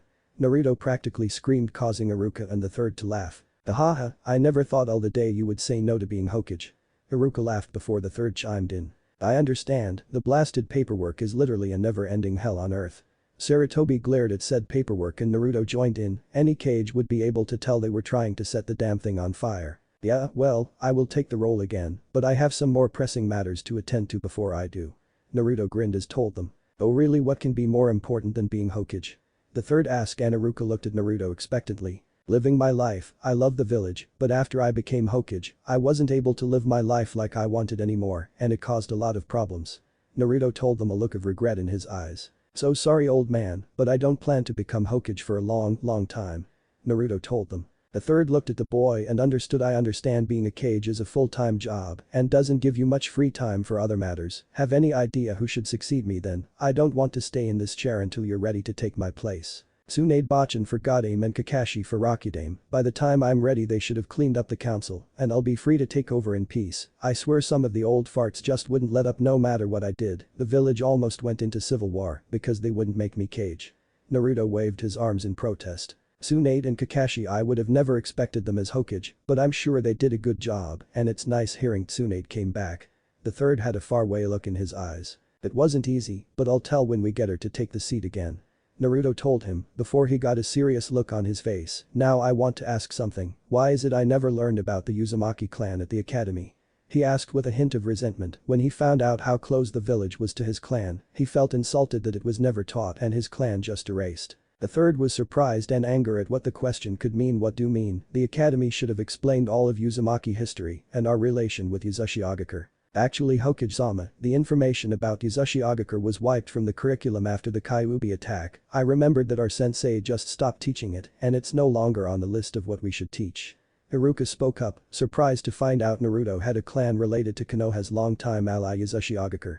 Filler intent filled the room. What? How dare they break the treaty we had with them? Iruka, I will provide you with all the material to teach it and help you teach the class. This is an outrage, the council has gone too far. The third roared, Konoha owned more to Uzumaki and Yuzashii Agakure than anyone else, and the first Hokage himself would dismantle the village if he ever found out what they did to his relatives, not to mention the other two Kage and two Uzumaki they were close to. He looked at Naruto sadly and realized just how much he missed about his family. Naruto-kun, I'll hand over everything we have on your clan and let you to live in the Uzumaki compound. The third told the boy he failed. He planned for Naruto to learn about his clan and only now he realized just how bad it was and why he was so desperate to know his family before. Wait, Uzumaki compound? Naruto questioned, having never heard about it before now. Don't you know it? He asked, a hint of suspicion. How could he not know about the place the Uzumaki owned? I know about the Uzumaki clan's mask storage temple on the outskirts of the village, but by the time I started looking for more about my clan it was lost or destroyed. Naruto spoke, it was a sore spot with him that his clan was basically erased from history. The third pondered this before he asked, was there ever a major attack on the village? The look Naruto gave and how he masked his emotions provided his answer. I see, the Uzumaki compound has seals that make it impossible to find if you don't know where to look, and it's so old that it would have been forgotten about. If the seals were activated from an attack, then the compound would have been hidden from normal people and all knowledge it had protected. The third stated and was happy when Naruto smiled and got excited. Seeing the boy act his age warmed his heart, knowing that Naruto never completely changed from the boy he knew. You mean I can learn about my clan? Naruto asked with hope, and the third thought. Yes, and not just you, but everyone will. Sarutobi thought, not letting the slight against Uzumaki go on anymore. No one has sacrificed more for this villager than the Uzumaki. Their whole country was destroyed because of it, in the end. The old man thought, memories of the land of Whirlpool's last stand and just how much of an effect it had on the war. Yes, the record would have been kept safe and all the Jutsu Mido and your parent left would be in there. The third told him. Hell yeah. Naruto shouted as he jumped and landed on his butt, still not used to difference between his new and old body. Finally, he would find out about his family, about his clan. Now if there is no more to discuss, you are the third was stopped before he could finish and dismissed the meeting. Wait. Orochimaru plans to attack during the Chunin exams finals, we should start preparing now. Naruto said. At the mention of his old student, the third's eyes hardened. Naruto wanted to tell him about how Orochimaru was sort of a good guy in his time, but it wasn't time yet for that. Thank you for the warning. Anything else? The third said in a somber voice. Nope, that's it for now, I'll say more after I graduate. Naruto saluted. Okay, then you two need to get to the academy. Naruto, come by tomorrow and I'll show you the compound. The third told the boy and Naruto's eyes shone with excitement. Okay, I'll see you. Naruto ran out the room, but he rushed back and said one more thing, and use shadow clones to do paperwork and train some more and get back into shape. As Naruto said those words, the third's head hit the desk and he ran off smiling, a fox-like grin on his face. Damn you, Minato, that was your secret, why didn't you tell me? Hiruzen kept banging his head on the desk again and again, as muttered curses to his predecessor for keeping the secret to defeating paperwork to himself. Before Iruka could follow, the Hokage ordered him, his head still hiding the desk as he did. Iruka, keep an eye on him. Iruka looked back at his leader. You still don't believe him? He questioned. Hiruzen stopped hitting his desk and answered, no, I believe him, but Naruto-kun is hiding some things from us, and even though I trust him, I can tell that he was burdened by something big. Truth is, I had many more questions, but they will have to wait. It looks like the day has taken quite a toll on Naruto-kun already. Iruka, everything Naruto mentioned is a triple S rank secret and you can't mention it at all, is that understood? Iruka nodded as he left the room after Naruto. So many revelations revealed already, and he just knew a lot more would happen with his student by the end of the day. Hiruzen watched as the teacher left like order and breathed a deep sigh. He knew he made a lot mistakes during his time as Hokage, but the revelation of how much Danzo and his old teammates went behind his back shocked him. Betting his pipe left on his desk, he gets ready to fix some of his mistakes. He wasn't going to let his feelings for his old friends let him keep turning a blind eye anymore. If what Naruto said was true, then he had a lot of work to do. After all, not many got a second chance to fix his old mistakes. Naruto was standing outside the doorway of his old classroom. Everything was the same as before he graduated. He stood frozen, his outstretched hand hovering just above the door. Feeling so many emotions, he didn't know what to do. Fear. Excitement. Joy. All of these overwhelmed him. Why was he so troubled? You may ask. Simple, because behind this door will be all his younger friends, but more importantly, the person he's been longing to see more than anyone else. His wife Hinata Uzumaki. Except his Haim was no longer his wife or in Uzumaki anymore, and it scared him. It scared him that she was no longer his, that she didn't have any right to be with him. Sure, his Haim reassured him about her eternal love again and again, but the approaching meeting with her now that she wasn't his wife anymore terrified him. What if she doesn't love me yet? Went through his head. He knew without a doubt his Haim was his soulmate, his other half, and the only one for him. His true love. He knew if she didn't accept him, if she didn't give him her love, his life would have been empty. Even if he became Hokage, fulfilling his dream would have been hollow, because he would have lacked the one thing he always wanted. Someone who loves him with all their heart, someone who he could give himself wholly without fear. His eyes closed in remembrance as, the second time his heart was utterly broken. When Toneri stole his wife away from him, how she willingly went with him as she apologized because she rejected his love. He was too hurt and shattered to see the turmoil and hurt in her eyes at the time. How she didn't want to hurt him, how she only wanted to save her sister. He almost lost his beloved right after he was finally able to figure out his true feelings. He vowed it would never let her go again, that he would remain by her side together, that he would never let go of her hand. He took another breath and the first and most horrifying time of his life flashed before his eyes.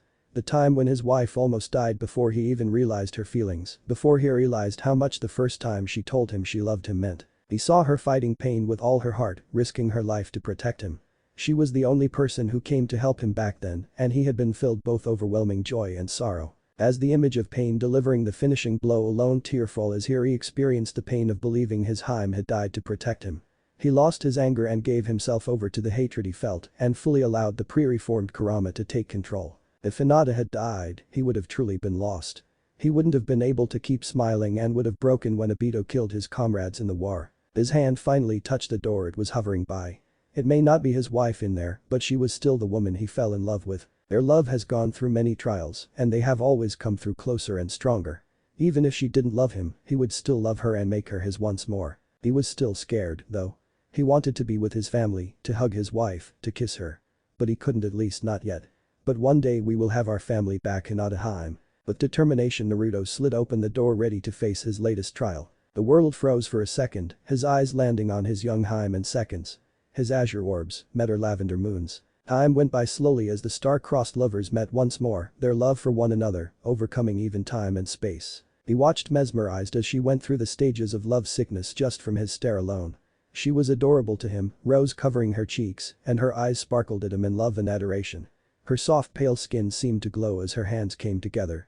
Her silky midnight blue hair was short, yet it still made her beautiful, and he still desired to run his hand through it. He was entranced as she looked away in embarrassment, an action she never outgrew, and he was happy she didn't. He loved her, all of her. The brave and determined tigress that would fight for her loved ones, as well as seduce and play with him, to the shy kitten she would become at a moment's notice because of him. He loved all of her, every aspect of her, and though he knew she doesn't like her shy side, he never wanted to lose it because it would mean losing a part of the woman he loves. Wow, how could I have been so ignorant? She's beautiful. He couldn't understand how his younger self could ignore such a goddess. She was beauty incarnate in his eyes. Yet despite her feelings, despite how amazing and beautiful she is, he never once looked her way. Sure, he always thought she was cute, but he never bothered to really look to see how beautiful she was inside and out. But now he was no longer his ignorant self. Sure, he may still be dense sometimes, but his Heim radiated beauty that would make her the envy of others and the desire of many. She could have had any man she wanted, yet she chose him. His heart felt warm at the knowledge of this, that she chooses him above all others because she truly loves him. He regretted not getting with her sooner, he regretted not being with her all those years, for missing out on so much, especially when he looked back to how adorable her younger self was. He missed never spending time with younger Hinata-chan. Sure, his Heim was a goddess and adorable, and he loved her, but to him her younger self was the cutest she ever was. She may have been much more beautiful when she was older, but that was a different charm from the Heim before him now. And he counted himself lucky that he got the chance to experience the sides of his Heim he never got the chance to before. A chance to not miss out on being with his soulmate when she was younger. The two future lovers just stared in each other's eyes, shyly ignorant to the rest of the world. Hey look, the idiot forgot to get change out of his pajamas. And look at them. They're all wrecked. The loser probably can't even afford real clothes in the first place. Maybe that's why he's always in that horrible orange jumpsuit. The harsh words came from one Sakura Haruno, the person who was like a sister to him in his past life. Looking down in horror he saw she was right. He was still in the pajamas he wore this morning, damaged from earlier. Red tinted his face as he became the laughing stock of the class. Hurt covered his features as he looked at his future pink-haired teammate and he remembered what she was like before they became Team 7. To put it simply, she was a bitch. He may love her like family, but now he could clearly see it without his desperation for attention, her attempting to one-up Sasuke weren't blinding him anymore. But it wasn't just Sakura, his eyes surveyed the room, all his friends, Shikamaru, Choji, Ino and Kiba, were all laughing, heck even Sasuke Timi and Shino had small smirks. And another realization hit him hard, for in this time, they weren't his friends, or at least nowhere near what they became. Sakura was a bitch and fangirl that doesn't care about anything or anyone else, but Sasuke, he was going to have a hell of a time changing her back into the young woman and dependable shinobi she became in his time. Shikamaru and Choji were both laughing at his expense. Sure, they were still technically friends in this time too, but they didn't respect him at all. It was also quite highly they let him hang out with them more out of pity than actual friendship, now that he thought back to it. After all, they never invited him over to their house or parties, they also always refused his invites to his house. That one year he grew brave enough to attempt to throw his own birthday party. His eyes landed on Ino, who was also laughing. They were never friends at the academy, but she was one of the ones that least changed as they grew up. Sure, she's a fangirl, but if he remembers right, Ino always had a soft side, and if her and Sakura never broke off their friendship to start a rivalry over Sasuke, she would have been one of the more tolerable members of his old class. She also understood that Sasuke wasn't everything, even if she still throws herself at him, she was dependable when they became genin. Next was Kiba. He was like Shikamaru and Choji, someone who Naruto befriends somewhat at the academy, but had zero respect and only saw him as a fool that would never become Hokage and should stop trying. He remembered how during their academy and genin days, Kiba was quite arrogant until he beat some sense and respect into him at the Chunin exams. Knowing him, he'll have to do that again to get him to back off. Kiba even admitted himself that until he lost, he didn't see Naruto as nothing more than an Omega, but after that he started to respect him, and Kiba becoming Hokage was a joke between the two as rivals, instead of an insult to Naruto's abilities. Then there was Shino and, sure, he didn't respect him either, but he would come around easily since he lets logic guide him and would be among the first to see he was wrong. He still wasn't a friend, though he could count on the bug user to have his back and treat him as an equal. That would also let Naruto finally earn forgiveness for forgetting about him so many times and not inviting him, though it was impossible at the time to the Sasuke retrieval mission. Finally, was Naruto's most precious person Hinata Hyuga. It hurt him so much that she no longer had Uzumaki to her name, but he would hopefully change that. She was a breath of fresh, even though she wasn't as brave as in the future, he could count on Hinata to always be Hinata. He knew that she would never really change on the inside, still being that shy, but brave at heart girl she's always been. However, as his thoughts went back to his love, he realized something in shock as he looked down, tuning out any more of Sakura's insults. "Oh Kami, I'm in my pajamas in front of Hinata Haim." Sure, in the future, Hinata had seen him with and without his PJs on, but still, her seeing him now was so embarrassing, and what was worse, they had all tears in them and were coming apart. "Aw man, what will I do? Hinata Haim is a princess, she wouldn't want to be with a guy who looks like he came right out of the gutter." His fears were unfounded, but being seen like that by the one you love is embarrassing. His worries were unfounded, however, since Hinata loves him both inside and out, including the sweet fool he could be sometimes, and was having a much different reaction. "Oh Kami-sama, Naruto-kun is almost." She was at first worried when her crush came in with torn clothes. But when she realized how cute he was in pajamas, her mind began to wander. She quickly wiped her nose after getting too excited. She could clearly see her beloved's already developed muscles, and unlike the times she accidentally saw him with the Byakugan, they were in color. Naruto quickly fled the classroom, not wanting to make a fool of himself any further in front of his one true love. However, he was stopped as a hand grabbed him by the collar, and still unable to move 100%, he was easily held in place as Iruka brought him back into the room. "Why, Naruto leaving so soon?" Iruka taunted as he held the squirming boy in the air. Glaring at his teacher, the boy shouted. "Come on Iruka-sensei, I need to get changed into some real clothes." Iruka only smiled as he responded.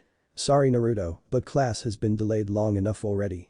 Please take your seat so we can catch up on lost time," Iruka said, an almost evil grin plastered on his face as he told the time traveler to sit down. "This for all the pranks I did growing up, isn't it?" he asked mentally, with a pout and glare to Iruka. Yes, it is." Iruka smiled, reading the boy's mind. It was a golden opportunity to get back at his little knucklehead, and he was going to savor it. Naruto begrudgingly made his way to his seat. It would do no good to make a scene now, and he could always get his sensei back later. Iruka and most of the class watched in half shock as Naruto passed the empty seat beside Sakura without so much as a glance. As Naruto made his way to his seat, his heart started hammering as each step brought him closer to his beloved Haim. He forgot all about his plan on not making a scene. He needed to be near his Haim once more. Hinata watched as the love of her life passed his well-known crush and made his way to her. "Oh Kami, is he going to?" She didn't get to finish her thoughts as what she swore was a voice of an angle met her ears. "Hinata-chan, may I sit next to you?" Naruto stuttered out, mentally hitting himself as his tenant had a fit. He was bloody Hokage, hero to the world, the child of prophecy, and talking to his future wife makes him lose his nerve. The class jaw dropped as Naruto acted well, like Hinata, as he asked to sit next to her. Sakura felt a twinge of jealousy and inferiority as the boy, until yesterday, was jazzing her like a lost puppy, was now stuttering and blushing because of Hinata, of all people. "The loser is probably only trying to make me jealous anyway," she told herself. She liked the power trip she got whenever Naruto came back for more when she rejected him. How it made her look desirable, even though her beloved Sasuke-kun ignored her as if she didn't exist. Hinata could only nod yes, like a bobblehead, as she tried not to faint. Her Naruto-kun gave her a dazzling smile as he took his sit next to her of all people. He glanced at her shyly as he said something that sent her heart soaring. "Why, you're really cute." Her crush blurted out, and she struggled with all her might not to faint as she looked away. Naruto had the same reaction to having realized what he was saying, the emotions he was feeling after everything that has happened overwhelming him. Iruka smiled as this gave him a very good hint on the future the boy came from. "I'm happy that you two managed to find each other." He went on to start his lecture, Hinata and Naruto failing at trying to hide the glances they were sending each other. In the Hokage office, Hiruzen eyed his old teammates and rival Danzo. He was going to finally put down the law here and now. "I'm sure you're all wondering why I called you here," he stated indifferently. "Yes, I assume it's to deal with the surge of chakra that Uzumaki was the source of earlier," Kaharu stated. "We should take measures to ensure the Jinchuriki is controlled and tell me, where did that information come from?" the Sandaime Hokage asked. "Our sources have told us that the chakra spike originated from Uzumaki-sen's apartment, which is now partly destroyed," Hamura replied, causing Hiruzen to mentally remind himself to give his Anbu a sweep through before anything else leaks. "We should quarantine the Jinchuriki. He seems to have started experimenting with the power he holds. Measures must be taken to ensure he can properly control himself." Danzo spoke, the Warhawk already planning to use this for his gain. All three council members start to leave. "And where do you think you are going? We are not done yet," he barked out, causing his three old friends to look at him in surprise. They thought for sure Hiruzen would agree this time, even he couldn't deny their Jinchuriki discovering his powers this early, and being left to his own devices was asking for trouble. "And what would that be, Hiruzen?" Danzo asked and backed away as his old rival gave him a serious glare. "I am your Hokage, Danzo, don't forget that," he threatened. And the Warhawk backed off as he bowed. "Forgive me, Hokage-sama," he said with fake serenity. Hiruzen brought out a document that caused all three elders to start sweating, well, more like looking slightly unnerved in Danzo's case. In Hiruzen's hands was a document to suspend the Arc Corps signed by the Hokage and Fire Daimyo themselves. They all knew the risk of what they did, but they never thought their old fool of teammate would actually look back and find that document. "It seems someone has been using both mine and the Fire Daimyo's name to sabotage our academy students." Iruka finally finished his boring lecture, something which Naruto put to good use, and by good use, he spent the entire lecture glancing at the fair girl next to him, who, more than willingly, shared his glances. It seemed by coincidence, both Naruto and Hinata would glance at each other at the exact same time. However, it also both end up with them looking away too in embarrassment. They all broke for lunch. Grrrrrr. Sound came from Naruto, who blushed as he put a hand to his stomach. "Man, I'm hungry," he exclaimed, only to sigh the next minute. "Too bad forgot to bring any lunch." Hinata blushed as she looked at her crush. "MN Naruto-kun, why you could share my lunch?" she stuttered, almost pleading as she said it. Naruto looked at her in awe, his blue orb sparkling with joy and a strong adoration. "Really? That would be great.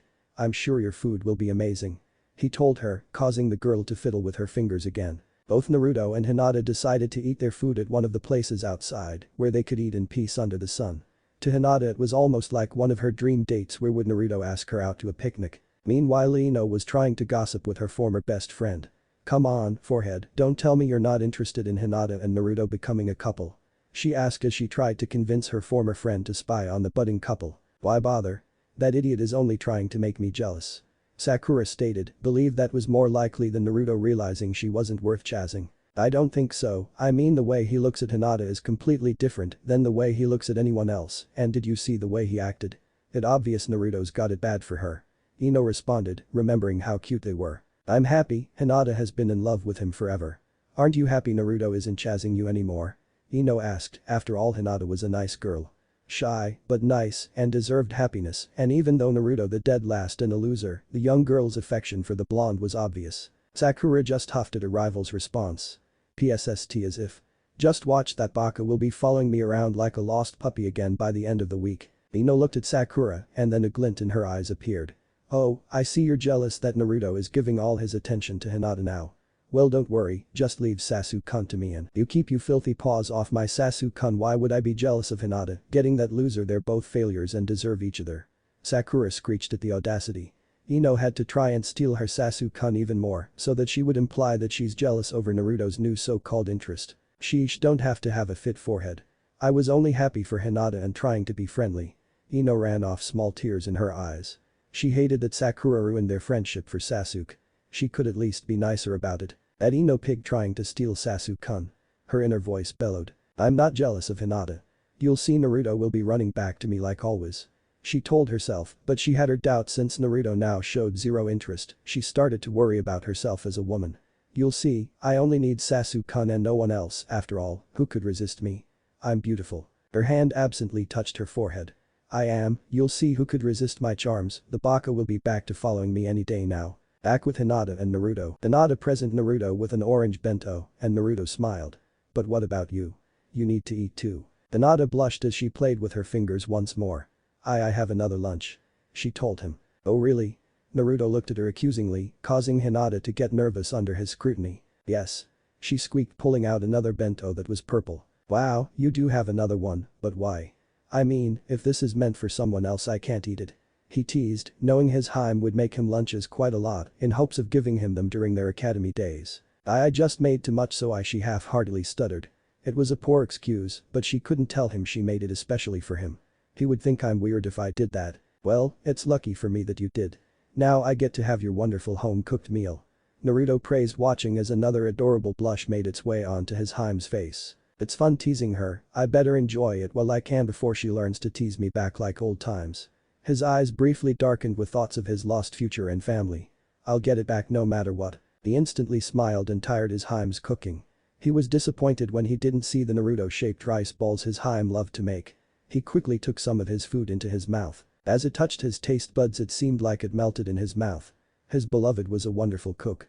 Man, Hinata Heim sure is an amazing cook. I can't wait, she's only going to get better when she grows up too. Hinata-chan, this is amazing, you'll surely make an amazing wife one day. He praised, causing Hinata to blush like the first time he said it to her on a mission. And mother, he mentally added, knowing firsthand that Hinata will become an amazing woman overall. Hinata was delighted and imaged herself as her Naruto-kun's wife, but she was ignorant to the dark look that appeared for a moment. It was for a second, but after years of watching him put his mask up and down at a moment's notice she became quite adapted, seeing the sides of him he tries to hide. What are you hiding, Naruto-kun? She wanted to enjoy the moment, but she couldn't shake the feeling something was wrong. Naruto-kun's eyes were different, they were a deeper shade than usual. Back to the Hokage office. Kaharu, Himura and Danzo eyed the old document they were very familiar with. It seems someone has forged both mine and the Fire Daimyo signatures, and yet your signatures are genuine.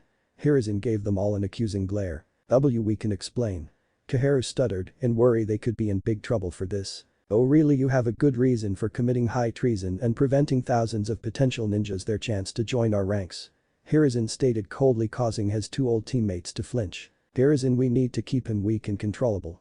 Kaharu stated, and the Hokage immediately knew who him was. And why would preventing Naruto from becoming a ninja make him controllable? He asked harshly, fury in his eyes. Because it made him dependent on the village. Danzo spoke up. Although shaken from the revelation, it seemed the old warhawk was prepared for the off chance this occurred. Naruto is not a weapon. The Sandaime Hokage shouted. You're wrong, Hokage-sama. Jinchuriki are nothing but weapons that need to be kept on a tight leash.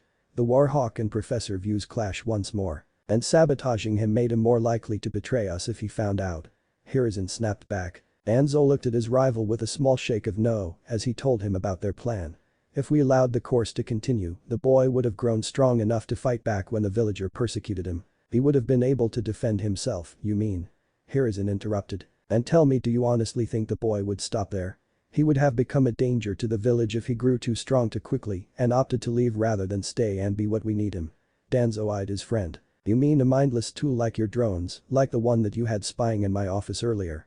The Hokage accused. I assure you, Hokage-sama, I have no part in that, my root program was unfortunately dismantled as ordered. He lied, they could all see it, but he wasn't called the Shinobi of Darkness, for nothing he hid his tracks well. The agent caught earlier was killed by suicide seal seconds before interrogation. Be that as it may, the agent wouldn't have gotten this far without help. Back to business, your actions could have caused disastrous results. He got back to point, if Naruto learned this when he was young and left, then he could have turned the Kyuubi against them, and without an Uzumaki, they wouldn't be able to seal it away a fourth time. I beg to differ. By removing the program, the Jinchuriki was forced to become reliant on the village despite its ill treatment of him. This served to keep him chained down because he lacked the ability to leave and survive on his own in the ninja world, as well as unable to escape us if he tired. It was true, any thoughts of Naruto leaving would have been hopeless, since even though he could survive in the village on his own, the outside world was different place altogether. He remained ignorant to the other villagers and had no place to go. They could have easily captured an unskilled Jinchuriki when he had no skills or anywhere to go. Once more, since we succeeded in confining him to the village, he's developed a need to be acknowledged, since it's the only way his treatment would improve. This ensures his loyalty and we can keep a close eye on him, monitoring his abilities, so he remains within our control. He would be strong asset, yet weak enough that he won't get any ideas of betraying us. Danzo finished, it was a good plan, Naruto did just as he predicted, he became loyal to the village second to none and never left despite any hard feelings he had for the place. Be that as it may, why remove the substitution of the clone jutsu, which would prevent Naruto from becoming a ninja in the first place? Hiruzen asked, even if Naruto was a Jinchuriki he would need to get official training somehow. You have nothing to worry about, we knew that he would never be able to do normal clones and planned to give him shadow clones after he failed gradation with the rest of his age group.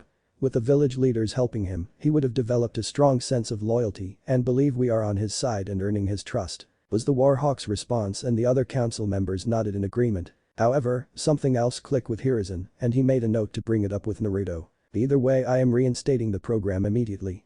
Koharu and Hamura looked ready to argue. Do I need to remind of the crime you committed with this stunt and do I need to get the fire daimyo involved?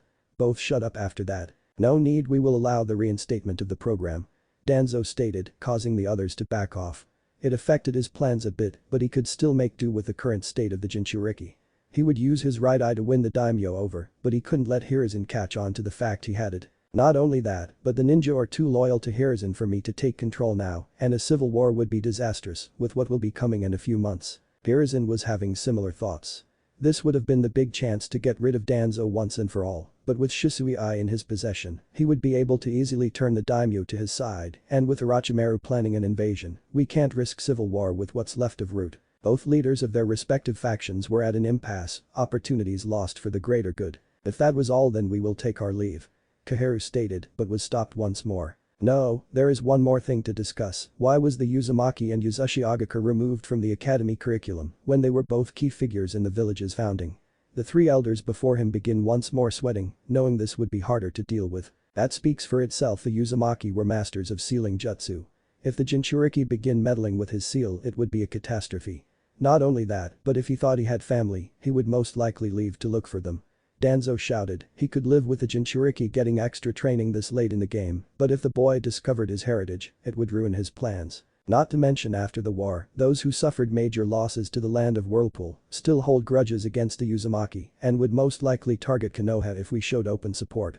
Hamura was the one to speak this time. And it didn't occur to you that you were desecrating the memory of a village that was all but destroyed aiding us or the fact that our sensei was related to them. Hiruzen snapped, the Uzumaki and their village was their greatest ally since the village, founding so much so that their clan symbol was incorporated into the village's official uniform and symbol. I'm sure Tobirama-sensei would have agreed. After all, the village always comes first was the very first lesson he taught us. Hiruzen glared in disgust at Danzo as he spoke of their deceased master as he tried to twist the man's words around for his own benefit. Either way, did you even consider what could have happened had Naruto found? Hiruzen roared, but the advisors were completely unaffected by it since they never intended for the boy to learn about his heritage. I will also be adding the Uzumaki clan back into the academy curriculum and Naruto will receive the clan compound and inheritance left by the clan. The Hokage said with finality, causing an outrage with the elders. Are you insane? If that boy finds out about his clan, he could turn against us along with the Kyuubi. Koharu screeched. It was foolish, it was like giving the fox the key to his cage. The Yondaime Sama seal was based off the Uzumaki clans, it would be easy to open it with the original documents. Hiruzen, have you gone senile? Even you should be able to see what would happen if the boy found about his heritage. Danzo tried to reason.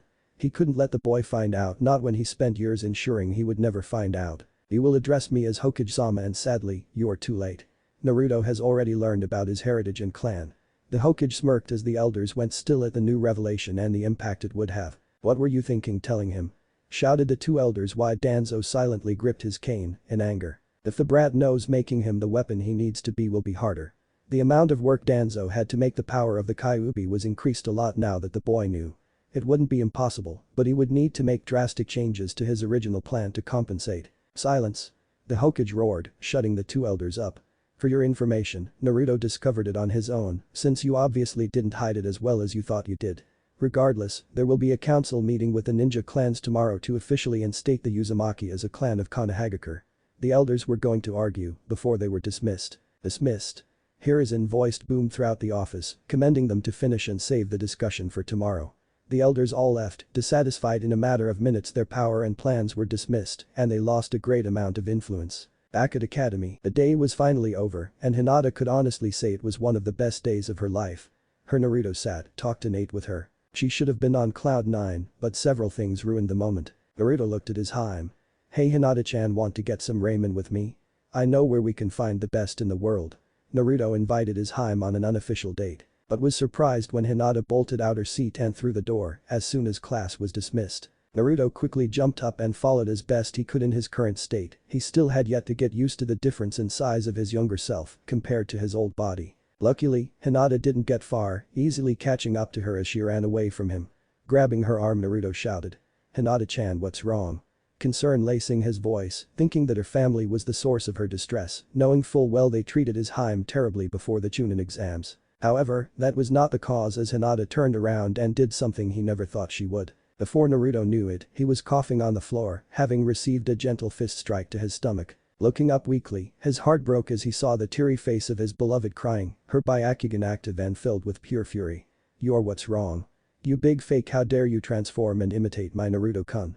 She bellowed in outrage. It couldn't have been her Naruto-kun, sure there were some similarities, but as someone who watched him for many years, Hinata could see all the inconsistencies that built up as the day went by. It crushed her that the person she was talking to wasn't her beloved, but more than that she was furious at the fact it took her so long to notice, and most of all pissed at the phony that was playing with her feelings. Her Byakugan glare would have made her father proud for the first time, as she truly gave a death glare befitting a Hyuga. Naruto's heart screamed out as her words hit. Once more he felt like killing his younger self for ignoring his Heim for so long.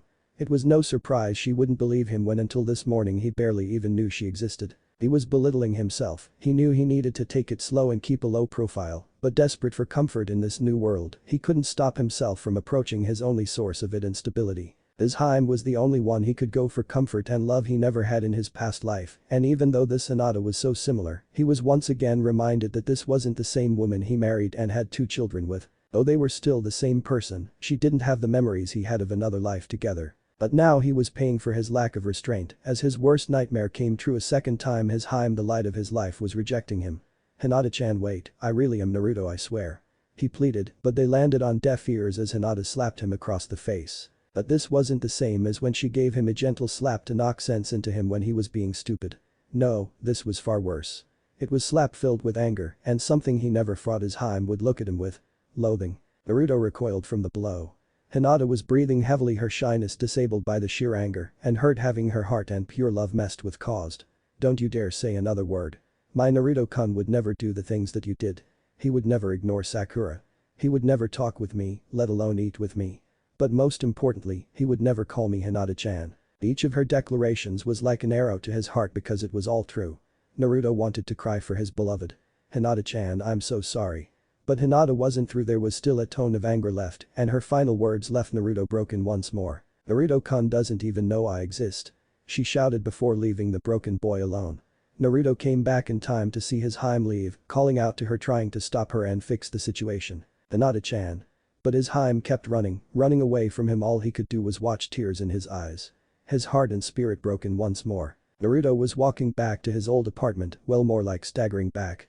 He was in a daze as he walked through the village, being reminded that he was no longer in the village that he came to truly love and call home. The villagers glared at him and gossiped behind his back, the respect he spent years building gone. It hurt so much, being back in the darkest time of his life, no friends to take away his loneliness, no one he could truly open up to, and most importantly no family that loved him. He was all alone, a cage without village or true home. He may love the village, but it certainly didn't love him back anymore. Every step in his old stomping grounds reminded him of what he lost. He slowly made his way back him, his eyes empty, his hair dulled as he swayed side to side like a drunk. The term dead man walking fit him perfectly because on the inside, he was dying. There was only so much pain the human soul can take before it broke. He entered the door of his battered apartment, not caring about there being a giant hole in it from his earlier attempts to figure what was going on. He dropped to the bed, lifeless, his eyes closed as his mental exhaustion caught up to him. Tears falling as his Heim crying face came to mind as she rejected him. He wanted her back, he wanted her to hug him to reassure him like so many times before. But her warm embrace would never come. Without realizing it, the scenery changed to the watery void of what was left of his mindscape. Warm slim arms embraced him lovingly. Surprised, Naruto looked up to see his beloved wife. Her midnight blue hair long going down the slime of her back, her pale moon-like eyes, giving him love and reassurance. Starlight pale skin was warm and soothing as it embraced him. "Hinata Heim?" he croaked. Tears pure happiness fell as his wife once again managed to help him in his time of need. But it didn't last as her long hair turned crimson red, her eyes turned into violet orbs with pupils, and her face changed slightly. Naruto felt crushed as his wife disappeared once more, despite the fact the identity of the person was someone he longed to see, but she didn't make his pain go away. No, only his true love could truly do that. The new woman and boy looked in each other's eyes, tears staining both their faces. The women spoke in soothing and gentle tone. Musuko. Barren, the void that was now Naruto's mind, empty and barren. Sad in this cold world, and the only source of light for its owner was Kushina, who was gently stroking her son's hair as he cried his grief away. Naruto was in too much grief over the loss of his wife, love of his life, to care about why his mother was back. He just hugged her tightly, wanting comfort in his time of need. Feeling a hand on his shoulder, turning his head, Naruto's eyes looked into blue eyes and blonde hair as radiant as his own. A small smile made its way onto his lips as he looked at his dad. His family was back. It wasn't the one he was longing for at the moment, but he was still happy that both of his parents were here with him. Kushina only smiled softly, tears in her own eyes as well. She was briefed on what happened, and though she still didn't quite understand or believe it, it was obvious her son needed his mother. There, Musuko. She couldn't help but feel a burst of joy that well inside her as her adorable baby hugged her tighter, wanting comfort. The tears that welled up in her eyes fell freely. After 12 long years, she finally got to see her baby again. Although it was sooner than expected and for a different reason altogether, she was still going to help her baby boy and give him her motherly advice. Hinata was having a similar reaction. The legendary Yondaime Hokage had tears in his own eyes as he looked at the state his son was in. Because this was his mindscape. Naruto's appearance was a reflection of his current state of mind, and though he was an adult in mind, he now looked like sickly 5-year-old. This is my fault, he thought misguidedly. He trusted the village to look after him, and what he saw while trapped in seal horrified him. He was surprised when he found his son actually obtained happiness. He always sorts in the future. Since unlike Naruto, his and Kushina's chakra was that of the present and not of the future. Despite all the hardships his son went through, he couldn't help the immense pride he felt of learning of the man his son became through perseverance. But as he looked at his crying son and the shadow of the man he apparently once was, he felt nothing but guilt, because if he or Kushina had been there for him, their son could have had the happiness he wanted all along. If only we were there, then Naruto would have never had to suffer so much. He could have been happy from the start and not feel the need to start over. For Minato, he could only think that this could have all been prevented if his son only got the happy life he always wanted and deserved from the start. Exiting his thought, the father kneeled down and hugged both his son and wife. Don't worry, Naruto, we're here and we can finally be a family. Naruto only sniffled as he looked at his two parents, their faces exactly the same as he remembered and so full of the love he always sought. Ah-chan, Tu-chan, he said weakly. Both parents only gave their son their unconditional love. Why are you here? He finally asked, his grief-stricken mind finally questioning their presence. The answer came in a big voice. The old man brought them back. After you left, the seal was in shambles, so he fixed it while releasing these two as well. Kurama stated, no longer held in its cage, though there was a little collar around his neck with the kanji for seal on it that kept the beast inside its Jinchuriki. The fox glared at Kushina, who was giving it the stink eye. Still remembering the night, the fox took both hers and her husband's life from them. Even if Sage of Six Paths vouched for you, I'm keeping an eye on you. To her it didn't matter that one of the most powerful beings in existence turned over a new leaf. Having only known the bastard the beast was, she wasn't ready to trust him, especially with her precious son. Ah-chan. Naruto voiced, and Kushina's glare instantly turned into a loving smile.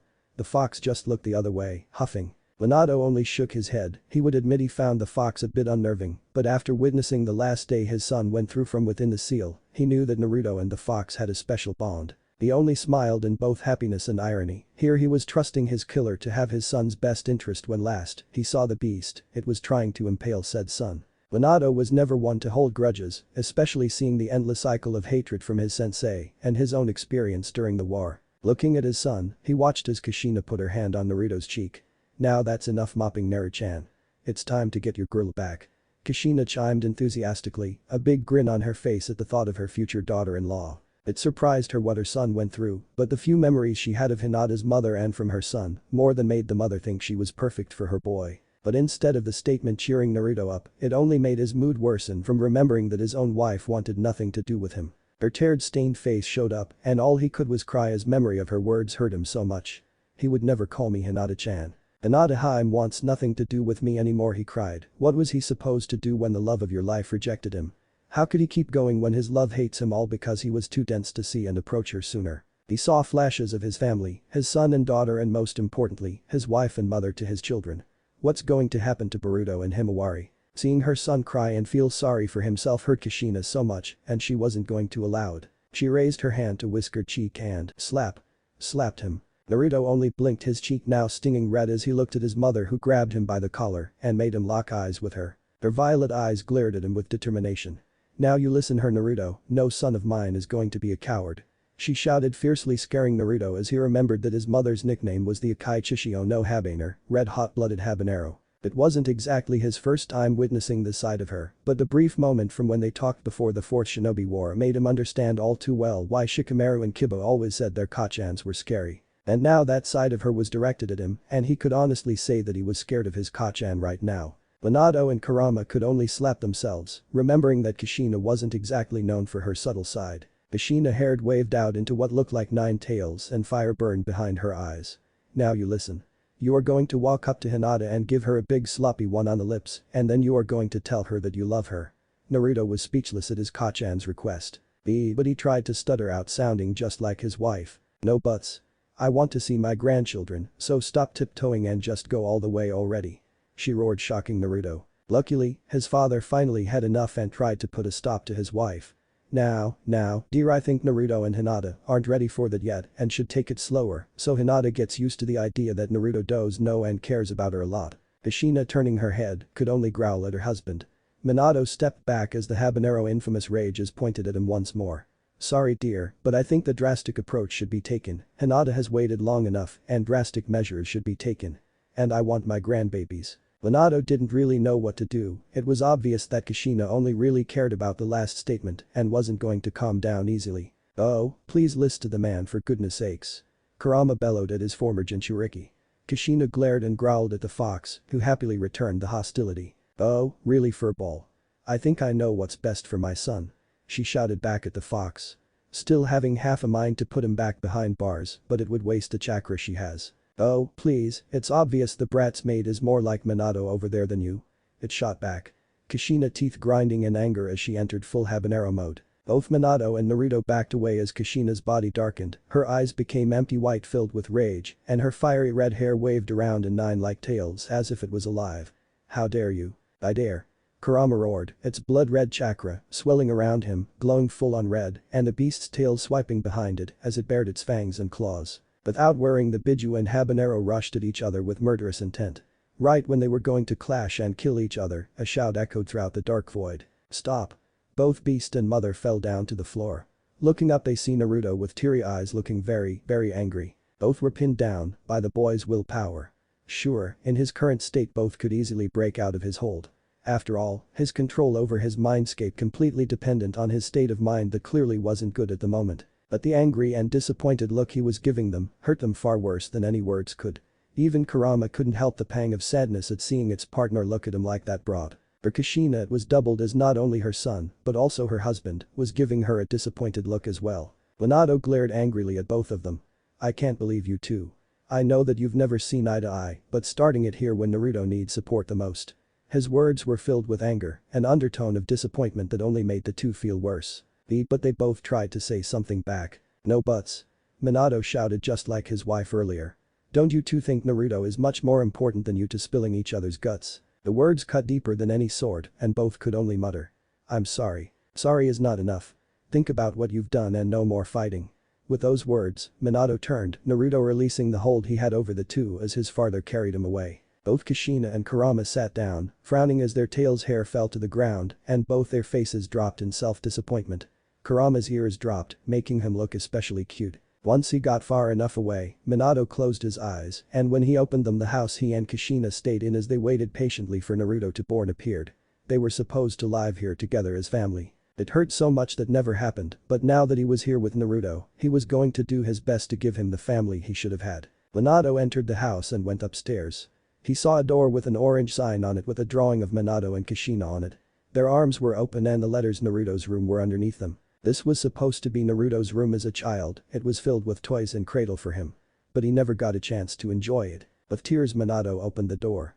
Instead of the baby room they prepared all those years ago, was an orange room filled with some toys and a bed for Naruto. Minato made the room in the image of a child's one, since Naruto's current state was that of one that needed guidance and care.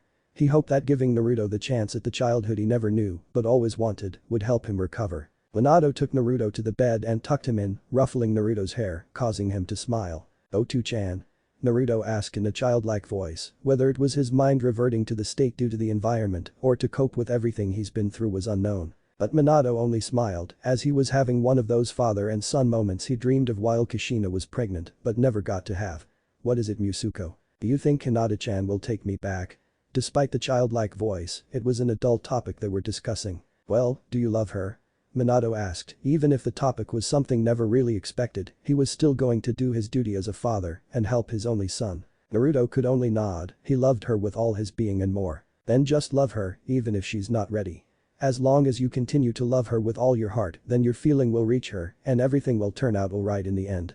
This made Naruto smile. Thanks, Otu-chan. Minato smiled. It made him so proud and happy to hear those words. Ruffling his son's hair as he left the room. Good night, Musuko.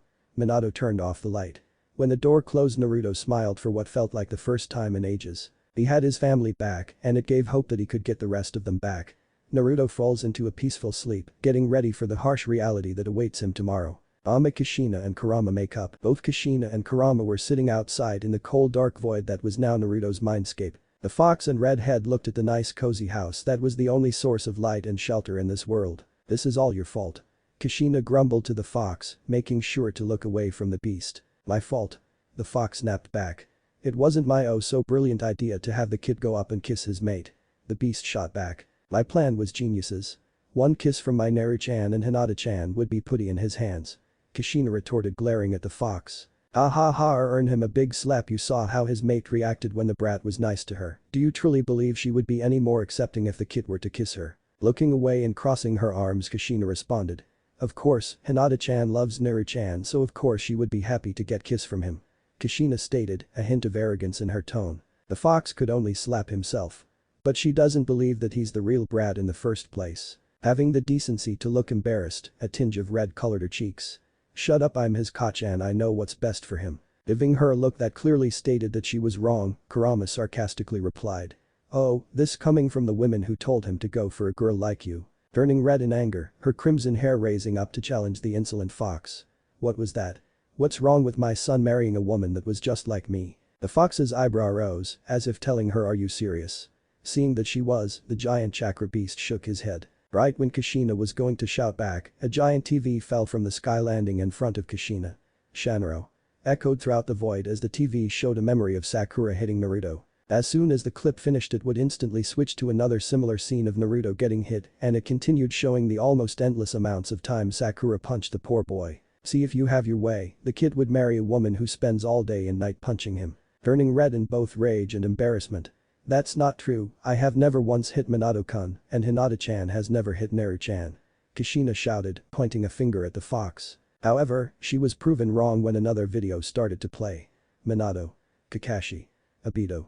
How dare you forget Rin's birthday. The Akai Chushio no Habanero, red hot-blooded habanero, froze as the new clip showed her beating the living shit out of the boys after they pretend to forget Rin's birthday in order to surprise her. I rest my case. The ancient old fox stated smugly. A grin that showed exactly why the foxes were so well known for mischief. That proves nothing. Hinata-chan is like me, I wasn't wrong. Kushina shouted, too stubborn to admit defeat. The fox gave her are you serious look. Again enraging the women as golden chains started waving behind her menacingly. Before she could react though, a second TV dropped from the sky right next to the other. Looking at the new and old TV, her irritation only grows further at what both screens were showing. Both screens showed almost the exact same image. The screen on the right showed a small blonde boy sitting at a desk, wearing a hoodie with green trimming. He was looking behind him, a tinge of red on his cheeks and admiration shining in his eye. The screen on the left was the exact same, except there was a blue-haired girl sitting in the same position as the boy, and her hoodie was a creamy color. But she too had an almost identical look of admiration and blush, coloring her face as the boy did. Kushina was left speechless, her mind processing what was in front. Taunting her above each of the screens, flashing in bright yellow, was Kushina's view and Naruto's view. It's obvious Hinata is more like Minato than she is you. Growled the fox in victory, triumph shining in its eyes as it watched his former jailer seethed in outrage. I've had it. Kushina shouted, preparing to rip the fox a new one. I'm going to turn you into a new fur coat. She threatened. Kurama, however, wasn't bothered in the slightest. Bring it. In one last desperate attempt not to lose to the fox, Kushina screamed out. You're just jealous because my grandkids are going to love me more than they'll ever love you. This got a different reaction as the beast responded to the woman's taunts. Keep dreaming. Once more the screen changed, but this time it showed a young Himawari cuddling up to pet-sized Kurama. Kurama-kun, you're the fluffiest cuddly in the world.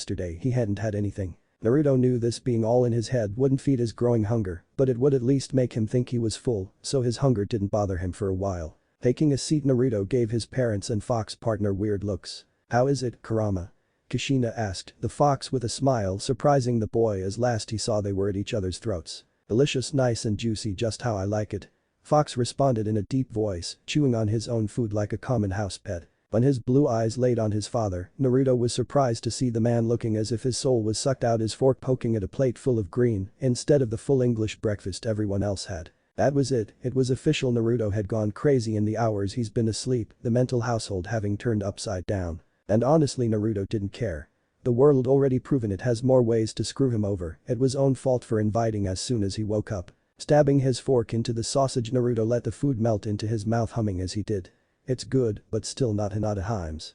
Naruto thought, scoffing down the food, eating food with his family, even if it was not the one he was longing for at the moment. Ironic, wasn't it? He spent his whole life wanting to eat with his family like this, and now that he's got it, he would trade it all just to see his wife, son and daughter smiling back at him. Having finished a family breakfast, Naruto woke up in his half-destroyed apartment, putting on a blue shirt and orange sleeveless jacket, coupled with blue ninja pants. Naruto left.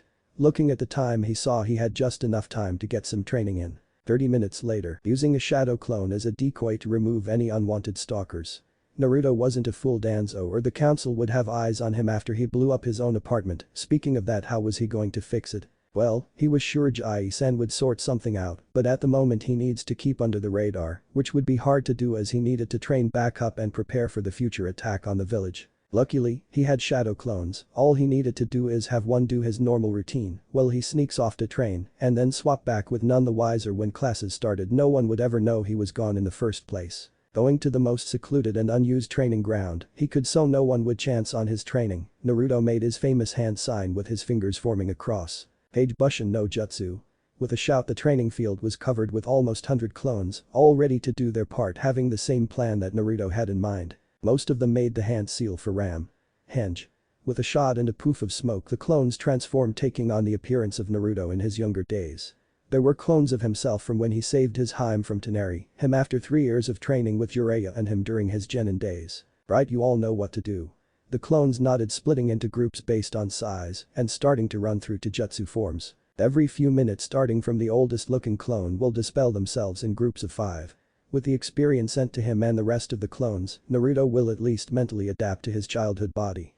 Though this will do nothing for his muscle memory and reflexes, as he'll need to build those up himself. By having clones practices using the transforming jutsu working down from his future height will at least help him keep his new size in mind as he goes about day-to-day actives and adjust to his preteen body sooner. And after they caught up to his non-transformed clones, they will switch to chakra control exercises and do the same thing. At least the clones could help build up his chakra control back up to what it was in his past life. But that done, he started rushing to the academy before classes started. Sure, he had a clone taking his place, but after years of using it, he noticed clones had a habit of being a bit more liberal than him, and that would make matters worse, because who knows what trouble the clone will get into. Luckily, he found his clone waiting in the storage room he designated for them to meet up and swap places just before classes started. Unluckily, as soon as he dispelled it, he had memories of having stalked his Haim for the past 30 minutes or so. Oh, Kami, if someone really was following me, they're going to think me a weirdo. His only saving grace was that it seemed his Haim didn't notice, nor did she active her Byakugan to check. Seriously, how many more ironies was he going to get thrown into his face now? Instead of being the one getting stalked, he was the stalker. Leaving the room, taking some glue and other stuff to make it look like he came for some prank supplies, Naruto went to class, hoping it would be better than yesterday. Entering the room just on time, Naruto was happy no one looked at him too strangely after yesterday's PJ incident. He was going to get Iruka back for that, it was a promise. Looking to his Haim, catching her eyes, having been staring at him since he entered only for her to look away as soon as blues met lavender, an angry glare on her face. At least that was how it looked like, but to Naruto her glaring face just looked adorable and was more likely to make someone hug her than keep them away. Walking up slowly, so slowly that he took him a good minute till he was standing in front of his Haim. Gee, good morning. Naruto started weakly, his Haim avoiding eye contact, not saying a word as he took a seat next to her. Trying to talk to his beloved only fell on deaf ears as his Haim refused anything from him, so convinced he wasn't his real crush. Oh, looks like we have some trouble in paradise. Ino watched from afar, a pink-haired girl was thinking along similar lines. I knew it, Naruto will back following me any second now. There was no way him and that stuck-up princess was going work out. Inner Sakura thought, already imagining how she was going to act after Naruto tried to win her back. She had her Sasuke-kun, so she would never say yes to his attempts of affection, but it's not like she could help it either. It should be a crime for someone to be as beautiful as her. Iruka, and much to his dismay Mizuki walked into the class. Naruto was doing his best to suppress a glare at the teacher assistant. He didn't want to give it away, not before they could catch him in the act and lock him up for good. Iruka took roll call and started a simple lecture. His Haim next to him was surprised to find that he was actually paying attention somewhat. After the war and during his Hokage training, Iruka literally beat it into him to stay still and listen, especially when his teacher was hammering years' worth of material for his Jonin test. Now that he thought about it, he never actually did that test and became Hokage while still a genin. Class continued and they got to the fun part, Taijutsu spars, and luckily for Naruto, at least 40% of his clones were dispersed, giving him the hang of his new body. Naruto Uzumaki vs Sasuke Uchiha.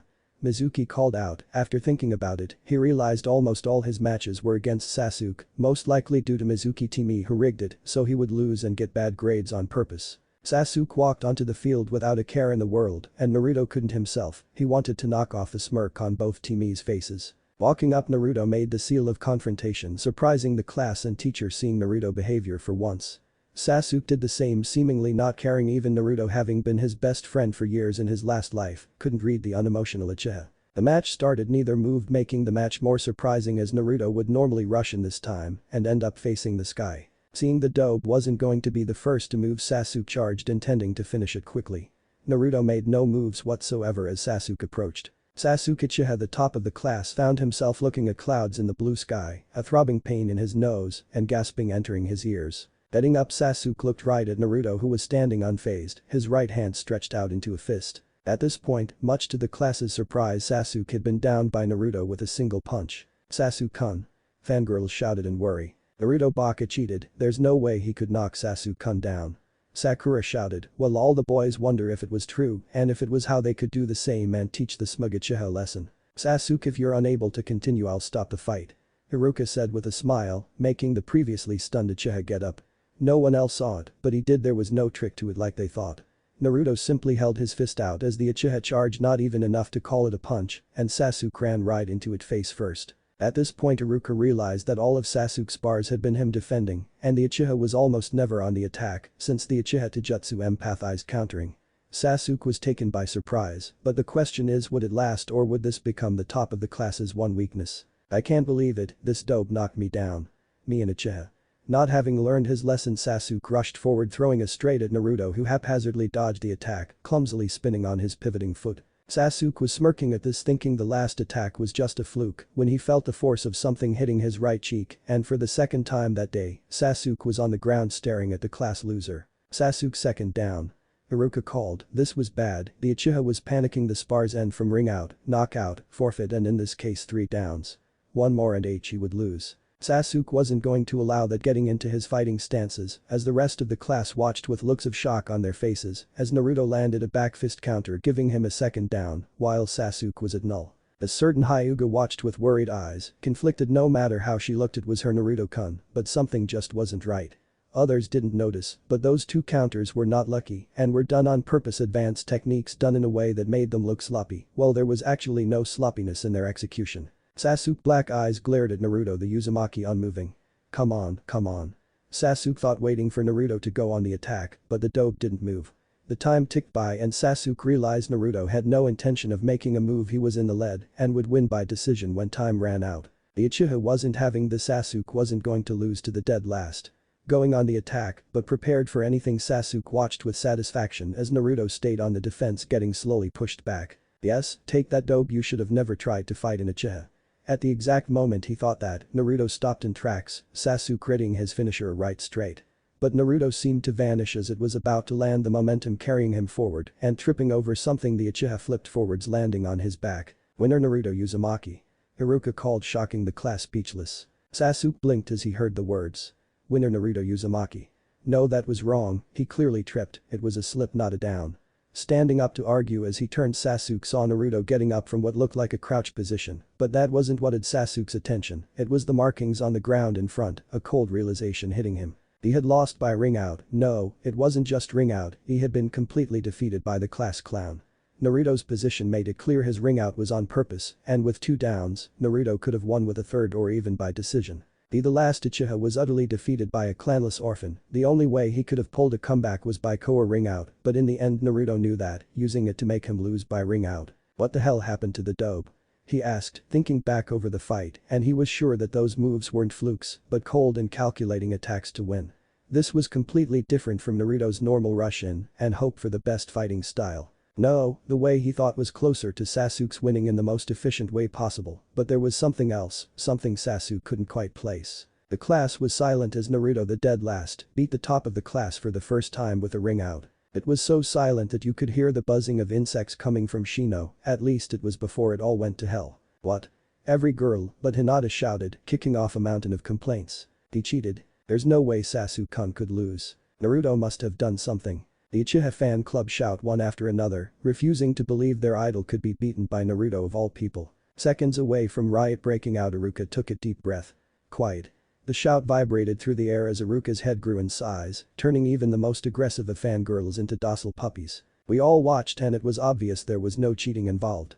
The girls were glaring at Iruka only for the teacher to glare back at them, making them look away and switch over to glaring at Naruto. Oh boy, I only wanted to take Timmy down a notch by making it look like a fluke, but the girls are still pissed at me, and if I say it was a fluke, that would only make me look weirder in Hinata's eyes. The time traveler thought desperately, his child self by now would be bragging to the whole village that he beat Mr. Genius, and him doing anything else would give away that he was acting strange. On the bright side, no one would hold it against him if he didn't brag, while an army of girls were giving him the death glare. Now make the sign of reconciliation. Iruka called, but Sasuke walked right past Naruto whispering as he did. You got lucky this time, but next team, his words trailing off, adding the usual dramatic Uchiha sense to it. Naruto just shrugged his shoulders, looking to his Heim, seeing her with Kiba rousing his jealousy. Hinata watched the fight with intense interest, but it only confirmed her suspicions that this wasn't her Naruto-kun. Sure, she was confident that if they didn't fight on sparring rules, her Naruto-kun could pull a win from the Uchiha, but with all the different rules that ended the match prematurely, even she knew that Naruto would at a huge disadvantage. His endless stamina, one of his best traits, made useless in these types of fights. Unlike everyone else who refused to believe it or was taken by surprise, she was watching and could easily tell from start to finish, Naruto was in control of the fight. Her Naruto-kun has never fought like that, which only begged the question, where was her real beloved? Man, Hinata, what the hell did you do? Naruto's like a different person. One Kiba Inuzuka stated, it was odd for the dog nin to talk to her, but having Naruto one-up him against Sasuke was something he wasn't going to stand for. Normally Hinata would a stuttering mess at the thought of someone she hardly knows striking up a conversation with her. But not this time she was actually happy the person who was speaking to her was Tracker and could help prove she was right and find her real beloved. Maybe he is a different person. Hinata slyly suggested, waiting for the dog nin's reaction. Haha, yeah, right, that's Naruto, alright, at least that's what the nose knows, but wouldn't you have an easier time with those all-seeing eyes of yours? Kiba demonstrated, making a glasses-like gesture with his hands over his eyes. Hinata straightened up at this, not once did she consider using the Byakugan to confirm her suspicions. She wanted to hit herself for not realizing something so simple. She's seen Naruto-kun enough times with the Byakugan to know him by the back of her hand, and that even compared to Ninja Naruto's chakra was unique, having a mix of two colors that would blend together making a nice orange hue. Or the fact that his chakra was higher than the academy instructors, not to mention the odd seal on his abdomen that she saw. There was just no way an imposter could copy all of that perfectly and would tell her at a glance if it was her Naruto-kun or someone else. Going through the hand signs to activate her Byakugan, Hinata felt the veins around her eyes enlarge as chakra was pouring into them. As the world went black and white, Hinata sought out the Naruto-kun imposter, seeing him walking right over to her, his chakra a nice sea of yellow with bits of red flowing into it that would slowly turn orange as they were absorbed into the yellow sea. The seal so complicated that it made the cage bird seal of her family look like a doodle done by a 5-year-old. There's no doubt now this was her Naruto-kun, his chakra matched perfectly, the seal on his stomach was the same one she memorized in an attempt to figure out what it was, and she slapped him. Oh Kami. So, blinded by his new attitude, she had hit her Naruto-kun, called him a fake, and pushed him away. What if this makes him not want to be friends with me anymore? Her heart raced at the thought, her breathing becoming more rapid as panic set in. If he rejected her, she would be destroyed even more so, knowing it was her fault after Naruto finally reached out to her like she dreamed he would. Hinata didn't feel the hand on her shoulder, her focus on Naruto as his chakra suddenly started spiking, shifting around almost as if it was attacking itself. Naruto was pissed as he saw Kiba place a hand on his Hinata-chan. To the protective future husband, it looked as if Kiba was making a move on her, infuriating the boy. His fists started to clench, readying to sock Kiba a good one, when suddenly he felt a sharp pain from his head. The vision of his beloved and Kiba went fuzzy as headache like no other assaulted him. Putting a hand to his head, he tried to keep it together and act normal, but the pain intensified until both Hinata and Naruto fell to the floor. The rest of the class, seeing Naruto as he fell, while Hinata fainted unknown to anyone else, but Kiba who caught her. Naruto wakes up along with a screeching headache, the first thing to greet his sight is an endless dark void. Getting up, rubbing his head, Naruto complains. Oh, Kami, what was that? I feel like I got a hangover, and I've never had one before thanks to the fox. Ah, morning Naruto-kun.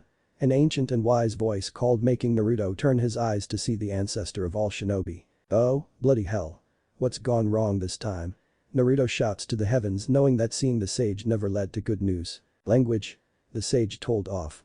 And just because I'm here doesn't mean it's something bad. Naruto gave the "are you serious" look, holding up 2 fingers. The warning about Kagura ending the world and our unexpected time travel incident aren't exactly good things. The sage couldn't argue with the boy and decided to get it over with and explain what happened. I am sure you want to know what happened and why you are experiencing a splitting headache right now. The infamous Rinnegan eyes bore into Naruto, who huffed in response, having had enough unexpectedness for a lifetime. Well, it's quite simple. Your body is facing rejection from the time travel. The sage was cut off as his reincarnated son shouts. What? The shout echoed in the empty void. Naruto knew that rejection was never good and that usually it resulted in fatal injury when it relates to the body. Calm down, boy, the sage spoke. It wasn't as bad as the boy thought. Well, you were more or less freed from the laws of time, thanks to the combination of mine and my children's chakra. You are still mostly human, well, your soul is closer to what I am. The sage hovered closer to Naruto. But your body is still human, and your physical energy isn't as pure as your mental energy, resulting in your soul being safe, while your body reset to match the time period. Naruto nodded at this. The difference between mental or physical energy was never his strong suit, but he knew that chakra was made by the combination of both. Because your body is the same as when it was during this time period, it has none of my chakra, well, your soul does. This causes the body to unknowingly attack and try and push out the large quantity of foreign chakra in an attempt to reset your soul so it matches. Finishing up, the sage was not expecting to see Naruto glaring at him. And you couldn't warn me about the pain beforehand. Naruto snapping, really just having had enough. I didn't know. Naruto was expecting a lot of things like an apology, but the almost omnipotent being to say he didn't know was kind of unnerving. Time travel is a very complicated process that always possesses some risks, normally only beings such as myself with the purest chakra possible could even attempt it. But Naruto, you are my descendant and also the reincarnation of my son. Your body and soul are neither fully human nor a transcendental being like myself. Because of this, well, you have powers similar to ours, your body doesn't have the same resistance to it as ours do. The sage stopped for a bit, letting Naruto take it all in before continuing some more. So, I truly had no idea what would happen when someone in between transcending humanity travels back. Naruto's head hung in defeat. So, what's going to happen? Is my body going to destroy itself or something since my soul is different? Naruto sighed in defeat, losing the will to actually do anything about it. Oh, heavens no, actually your body will be even stronger than your last one. Naruto blue eyes looked on at the sage in surprise. Unlike a soul, the body isn't as malleable and usually can't withstand sudden changes, but besides, when developing in the womb, the body is at its most adaptive when in the pre-adolescent stage, and since your body has been exposed to Kurama since before birth, your body will adapt to the 6 paths and tailed beast chakra even more than in your previous life. So as your physical and mental energies mix, Naruto, you will become closer to what I am. Naruto didn't really care much about becoming closer to the sage, but he did like the thought of going up against Kagaya again on more even ground. They barely made it through last time, even with 6 paths chakra. If he can match the sage, then the final battle will be a lot easier. Though Naruto had no intention of letting the war play out the same if at all if he could help it. But their discussion ending, Kushina appeared out of nowhere, giving the sage a cup of tea. Ah, thank you, Milady. At the same time, Minato also came out of hiding, wanting to learn from the original shinobi. The two of them were a little surprised to see the sage again so soon and didn't want to interfere with what looked like an important discussion. But with it done, Minato had a chance that almost no one else will ever have the chance to talk to the original god of shinobi. Rikidam-sama. Minato spoke, the sage looking at him, his Rinnegan eyes unintentional, making the fourth squirm. Could you please go over some chakra and space-time theory with me, please? Minato asked as his wife laughed at seeing Minato like this. While he was one of the most mature people she's ever known, whenever anything to do with learning jutsu came up, Minato was just a little kid at heart. And she really couldn't deny that she too was interested what the sage would say. The ancient wise one stroked his beard, thinking it over now. Normally he would keep such knowledge to himself and away from human hands, but Minato and Kushina were already dead, so it didn't matter. Not only that, but the sparkle in Minato's eyes reminded him so much of his younger days as he explored the truth and learned about the energy of nature with the help of the toads. Sure, I don't see the harm. As he said the words as Abutin appeared before him and Minato eagerly took a seat, wanting to squeal about having the chance to debate with the legendary Rikidam-sanin. I don't understand how Naruto is not causing a paradox. Even if time is only supposed to move in one direction, doesn't Naruto existing go against the rules of the universe? Minato started off, unlike his son, he has spent most of his life experimenting with space-time jutsu like his signature jutsu Hiraishin, and from what he's seen when the sage first spoke about it, that there was much more to it than the simple explanation he gave Naruto. Ah yes, you see, there are actually no such laws of the universe, as the very nature of chakra itself is to define such rules. The nature chakra that flows all around us defines the laws on a dimensional scale. As a side effect of simply existing, life, death, physics, space, time are affected by natural energy that flows through the universe. Kushina leaves the two boys alone thinking. Boys will be boys. Turning to her son who seemed to be trying to make sense of Sage was going on about. You better wake up, you have a surprise waiting for you, TT.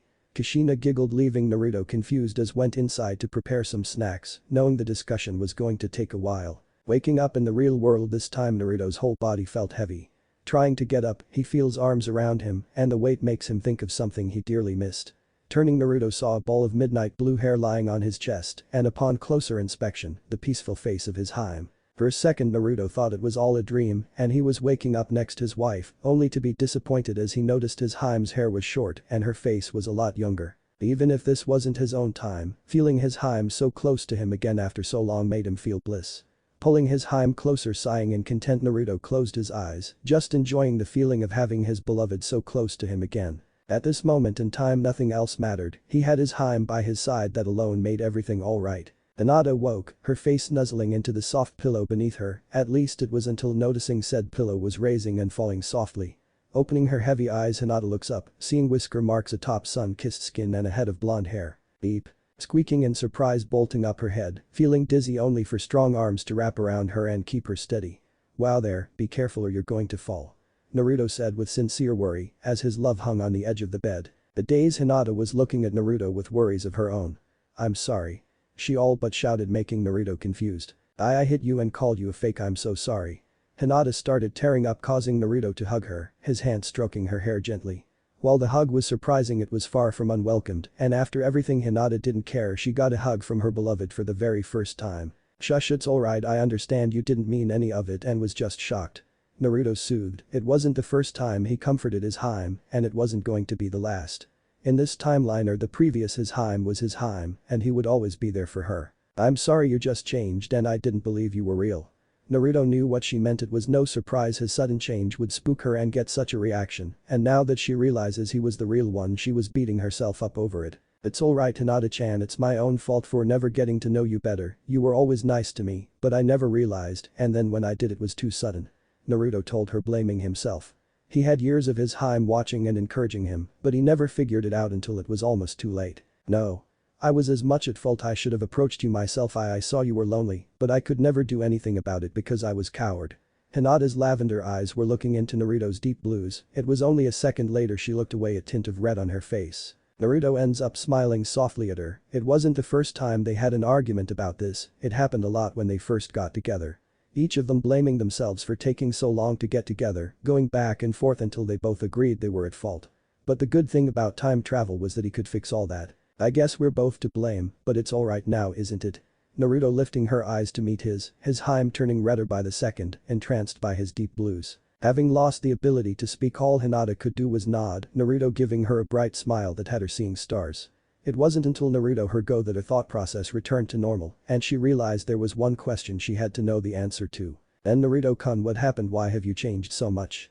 Hinata gathered her courage, her lavender eyes looking at him with that spark of determination that made him want to ravish her. She cared and knew more about her Naruto-kun more than anyone else and found it strange that he was getting so close to her even though they were more or less strangers that happened to share the same class. If it wasn't for the seriousness question of the question, he probably would have and gotten started on rebuilding his family right then and there.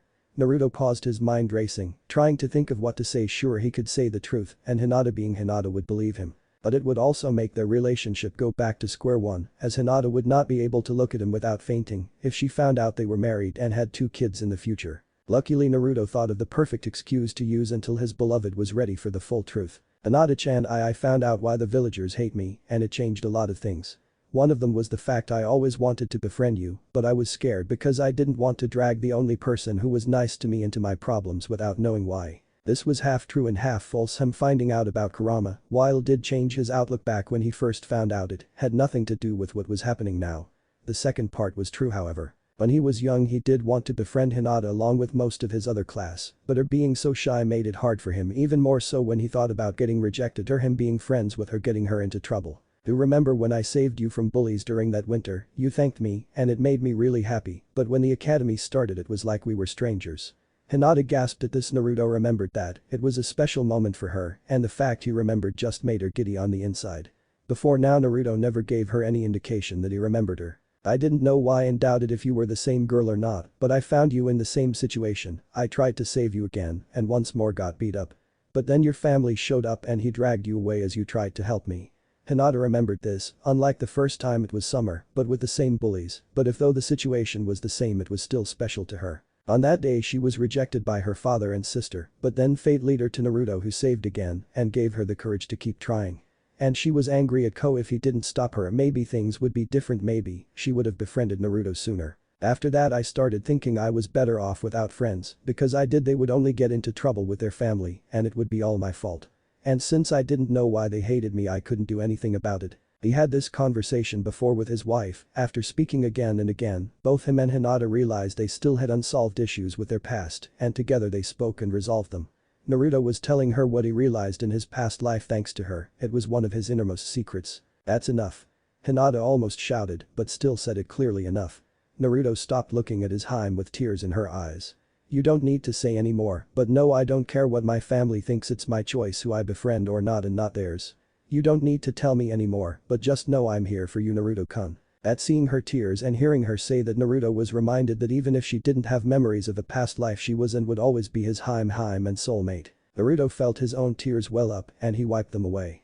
Thanks, Hinata-chan, I can't tell you everything yet, but I just want you to know that I think of you as a friend and I hope you think the same for me. I do. Hinata said without any hesitation and Naruto took her by surprise, hugging her tightly. In truth Hinata wasn't happy with that, she cared for him more than a friend, but she couldn't just confess. Naruto was the same, he wanted to tell her he loved her, but he couldn't, not yet anyway. He had to take the proper steps, otherwise he would shock her and it could all backfire. But it was a start, he had finally started fixing what was broken and one day, he would his Hime and children by his side once more. A man was walking through the door to the infirmary, what he did not expect to find on the other side though was young Naruto hugging Hinata-san like a lover. An evil smirk appearing on his cough at the two jumping away from each other, no longer hugging, tint of red on both their cheeks. Should I come back later? There smiling at them was the Sandame Hokage Hiruzen Sarutobi. Hokage-sama. Hinata quickly getting up, bowing with all the pose expected of a Hyuga. Oh, no need to hold to formalities, Hinata-chan, I just came to get Naruto. Thank you so much for looking after him. Naruto was glaring at the third for interrupting his Hina time. Oh, no, not all. Hinata didn't have it in her to tell the third that she fainted and was only then she realized that we're in the infirmary. Did Naruto-kun bring me here? Hinata thought, blushing at the thought of Naruto taking care of her. Well, thank you anyway, so Naruto, if you're done with your girlfriend we have some business to discuss. The third stated, making them both blush up a storm. Ah. Naruto shouts, getting off the bed, saying goodbye to his Hime as he did. I'll see soon, Hinata-chan. Smiling, making the girl go redder as her head went woozy. As the two left, Hinata clamped her hands over her heart, trying and failing to calm it down. Minutes went by with the third having gone, quite leading Naruto to one of them secluded parts of the village. So, you and Hinata-chan, I hope you will be happy together. Sandame spoke, already having a good idea about the relationship they had in their past life. Oh, don't worry, we will be, I'll make sure of that. Responding with confidence, Naruto's eyes gazing about subtlety. The two made idle chatter as they went deeper and deeper into the forest of the Hidden Leaf Village. Finally, the two cages felt a strange feeling as if they were entering a bubble and both of them picked up the chakra that just passed over them. Naruto and the Sandame suddenly disappeared from view and as soon as they did a shadowy figure jumped down investigating where they went. There we go, we should be fine to talk openly now. The Sandame was walking down an almost overgrown path, the forest wilder compared to the rest of the village's forests. Looks like roots already made their move. Naruto grumbles, not happy to be dealing with emotionless killing machines. Yes, most likely because the council agreed to make the Uzumaki clan an official ninja clan. The Sandame turned, seeing Naruto smiling, sure, after his family was born it was the same for him, but in his time the Uzumaki was only known as the clan the world saver belonged to. Their history and origins still widely unknown, but now it was different. Instead of Uzumaki being known because of him, he will be known as a member of the proud Uzumaki rulers of Yuzu no Kuni. Now when his fame spreads, the world will remember that the Uzumaki clan has and always will exist. Also, the changes to the curriculum will be in effect by next week and you should start learning about your clan's history. While the ARC course will also be reinstated, they won't take effect until next year, as the courses were made only to help students with above average chakra reserves. Normally high-level chakra exercise are taught after graduation to prevent people who can't graduate from leaving and misusing their teachings. But the course was put into place to ensure students with potential could still become ninja, even if they lack backing of a clan that would usually compensate with for their lack of chakra control. However, you do now have the right to substitute clones, and you most likely already know all the necessary chakra techniques and how to learn them. Naruto could accept this. The important thing is that his clan history will be taught and not forgotten again. He himself didn't need training and was sure that besides himself no one else would be held back by the lack of the course, at least in his class, but he was sure the third was already taking steps to ensure he found any students that still have a chance to become a ninja. Finally, you will receive everything the Uzumaki left in your inheritance, plus since you blew up your apartment, you shall move into the Uzumaki compound. The minute he finished, a gate with a red spiral of the Uzumaki clan came into view. Touching it, Naruto felt the tickling feeling of his chakra as invisible seals on the gate flashed and the door opened by itself. The area has a barrier to prevent entry and protect the place. Because of the Jinjutsu effect, people end up wandering away from the place, so unless they knew the location beforehand, no one would be able to locate. Most likely the seal activated when the Kyuubi attack, and the place has been barricaded ever since. It made sense. The best way to keep something hidden was not let people know where it was. When he considers how far away from the main village it was, Naruto wonder if in his timeline the place survived. The village had been rebuilt so many times and records of its layout founding days were stretched in. Naruto wouldn't have ever known the place existed after everything that happened in his timeline. Naruto looked, seeing a single but rather huge building, almost like some miniature castle. Naruto noted compared to other clans the compound, it was smaller, but when he factored in the land the barrier covered, well, the compound wasn't in the village itself, but on the outskirts. Naruto could tell that when village wall was built the Uzumaki compound wasn't included, most likely for the hope of future expansion or just lack of use. But it was thanks to that the place was more or less safe from attacks on the village. Remembering where the masked temple, Naruto realized that the temple wasn't in the barrier area, but still fairly close. How come the masked temple isn't under the barrier effects? Naruto found this odd. The temple was important to his clan, and while this building was more or less in perfect condition, the temple was wrecked. The temple was originally the local shrine managed by the clan and used by all the villagers, but as the village expanded and the Uzumaki clan was lost in the Third Ninja War, no one was there to keep up maintenance, and all the important documents and jutsu were kept in the compound. Naruto nodded at this, piecing it all together. The people of the village had no idea the significance behind the masks were, and by the sound of it, the third was also kept in the dark. Looks like the masks were purposely stored separately to keep them safe. Even in his timeline, Naruto didn't know what the masks could do. Orochimaru himself stated that the masks were beyond even him, and it was only because of the Shikifujin being in the Forbidden Scroll that he found out about the masked temple, but even he was clueless about any other functions of the masks. Well, Naruto would have to research them himself and see if any documents that explained them were in the compound later. Taking a look around, Naruto saw a luscious garden that was overgrown and a pond, while the building itself was intact by seals that Naruto couldn't even imagine the garden and plant life were still left to grow. It would take some sorting out, but it was his and better than his previous rundown destroyed apartment. This was also the closest to his dead clan has ever been. While he did visit their homeland, it was far from splendor it once was, but this house was intact. It was truly one of the last remnants of the Uzumaki clan. The house style was different from the current houses used in Konoha. The house was made of wood, brown for the most part, but the section between the tiled roof were made of redwood. The tiles themselves were blue, seeming to shine from the sun, despite over a decade of no maintenance.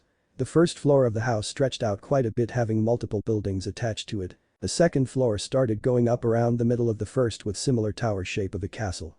The house itself was very traditional, with the front door being a slide one, with an entranceway on the inside. This was his new home. Naruto had to remind himself, even as Hokage, he never lived in such a luxurious building.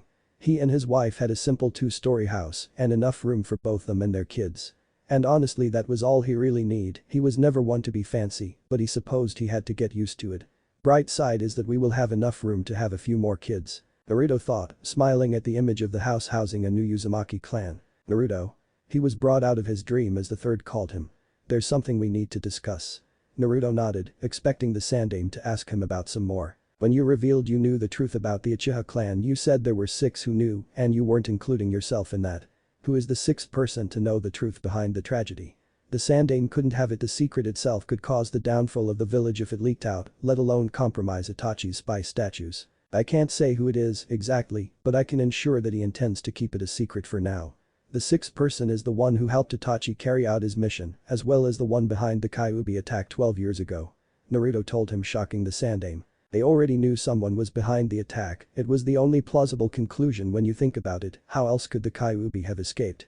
Not only that, but both his wife and midwife as well as ambu guards were both found dead in the hideout they used intact, ruling out the fox escaping on its own. It was these clues along with others which lead the Uchiha clan to be suspected until they eventually attempted a coup. But that wasn't the most shocking truth. If the culprit helped kill off the Uchiha, that could only mean that getting rid of them was part of the plan, and that by being forced to kill the clan they had unintentional helped what could be the greatest enemy the village has ever known. If this sixth person could control the Kyuubi, that could only mean that they have visual power matching Madara himself. Hiruzen gulped at the thought of someone at Madara's level, having been hidden for so long, being able to hide in the shinobi world was even more frightening than having your name spread far and wide. An unknown variable that would shatter the peace between nations and tip the balance of power. What do we need to do? The Hiruzen asked, his eyes hard, knowing that if such a person really existed, chaos was sure to follow not only for Konoha, but the other villagers as well. For now, nothing. The Sandaime wanted to complain, but was stopped by Naruto. The simple reason he is keeping Itachi's secret is two things: one, Itachi is a great asset to his plans, even if he is only a temporary ally, and two, he's not ready to show himself yet and has been working in the shadows for decades. The most effective strategy we have is leaving him alone for now and not tipping him off. I can guarantee that if we make a move and fail to get him, things will only get 1,000 times worse. Itachi isn't able to reveal the truth, but with me here, Naruto points to himself with a smile. We have all the information we need to end his plan before it even starts, with zero risk of revealing our counterattack. The more he listened, the less he liked it. While Naruto's plan made sense and was effective, Sandaime didn't have the necessary information needed to determine if it was the right course of action. This person just sounded more and more troublesome. It wasn't just the Kyuubi attack, but according to what Naruto said, this person has been hidden far longer than he could even think of, and that only proved how formidable he was. But the third himself knew he couldn't make any moves lest they prove fatal. Itachi's secret was enough to turn the tide in the unknown's favor. Regardless, he was losing and had no moves to make that could turn it around, meaning that he no choice but to trust Naruto on the matter. Seeing the frown on his face, Naruto reassured the third. I know the thought of doing nothing doesn't appeal to you. This guy isn't someone we can deal without. Be cautious. The time traveler said, and the third Hokage was forced to nod. The Sandaime was starting to leave. Well, he couldn't do much. He could at least ask Jiraiya about any news and information he's found out. Well, he couldn't look for the person directly without risking getting caught. He could at least look for him indirectly by identifying any organizations or events that he may be involved in. This will let the Sandaime get his own information while not tipping off the elusive person that he knew of his existence. As Naruto watched the Sandaime leave, he could practically see the aura of unhappiness. No surprise there, he literally just told him that he couldn't go after the person who not only murdered his wife, but thousands of villagers as well. Even for a Kage, letting your personal feelings go for the greater good wasn't easy, especially when you were filled with the terror of the unknown. Turning to get a look at his new house, walking up, Naruto opened the front door, taking his shoes off at the entranceway before entering inside. Just like the outside, the house was spotless, even though it had been abandoned for over a decade. Leaning down, Naruto puts his hand on the floor, channeling chakra as he did. Naruto watched as the chakra spread from his hand over the floor, revealing a complex matrix of seals. Damn, there are seals that can keep the house clean. I need to learn this. It will make Hinaheim's life so much easier. The minute he said this, he saw an image of his future wife cleaning the house with an apron on and a bright smile that warms his heart. On second thought, Hinata really sexy when she cleans. Though it wasn't just that, after being alone for years on end, just seeing his wife cleaning gave him that warm and fuzzy feeling. Naruto had a dazed look on his face, remembering the times where they would clean the house together, only for him to start playing with his Hime, resulting in her joining in, and the two making an even bigger mess together. Once more back to reality, Naruto started looking around the house. There were paintings hung up down the hall, and at further inspection, Naruto realized they were most likely of Yuzushi Ogakure. The streets had a sheen of yellow as the sun hit them. People wore colorful clothes as they walked and traded in the streets. The buildings were different from what he saw in Konoha, but together they were a sight to behold. Each one had spirals carved into them. There was a port filled with ships as fishermen unloaded their goods.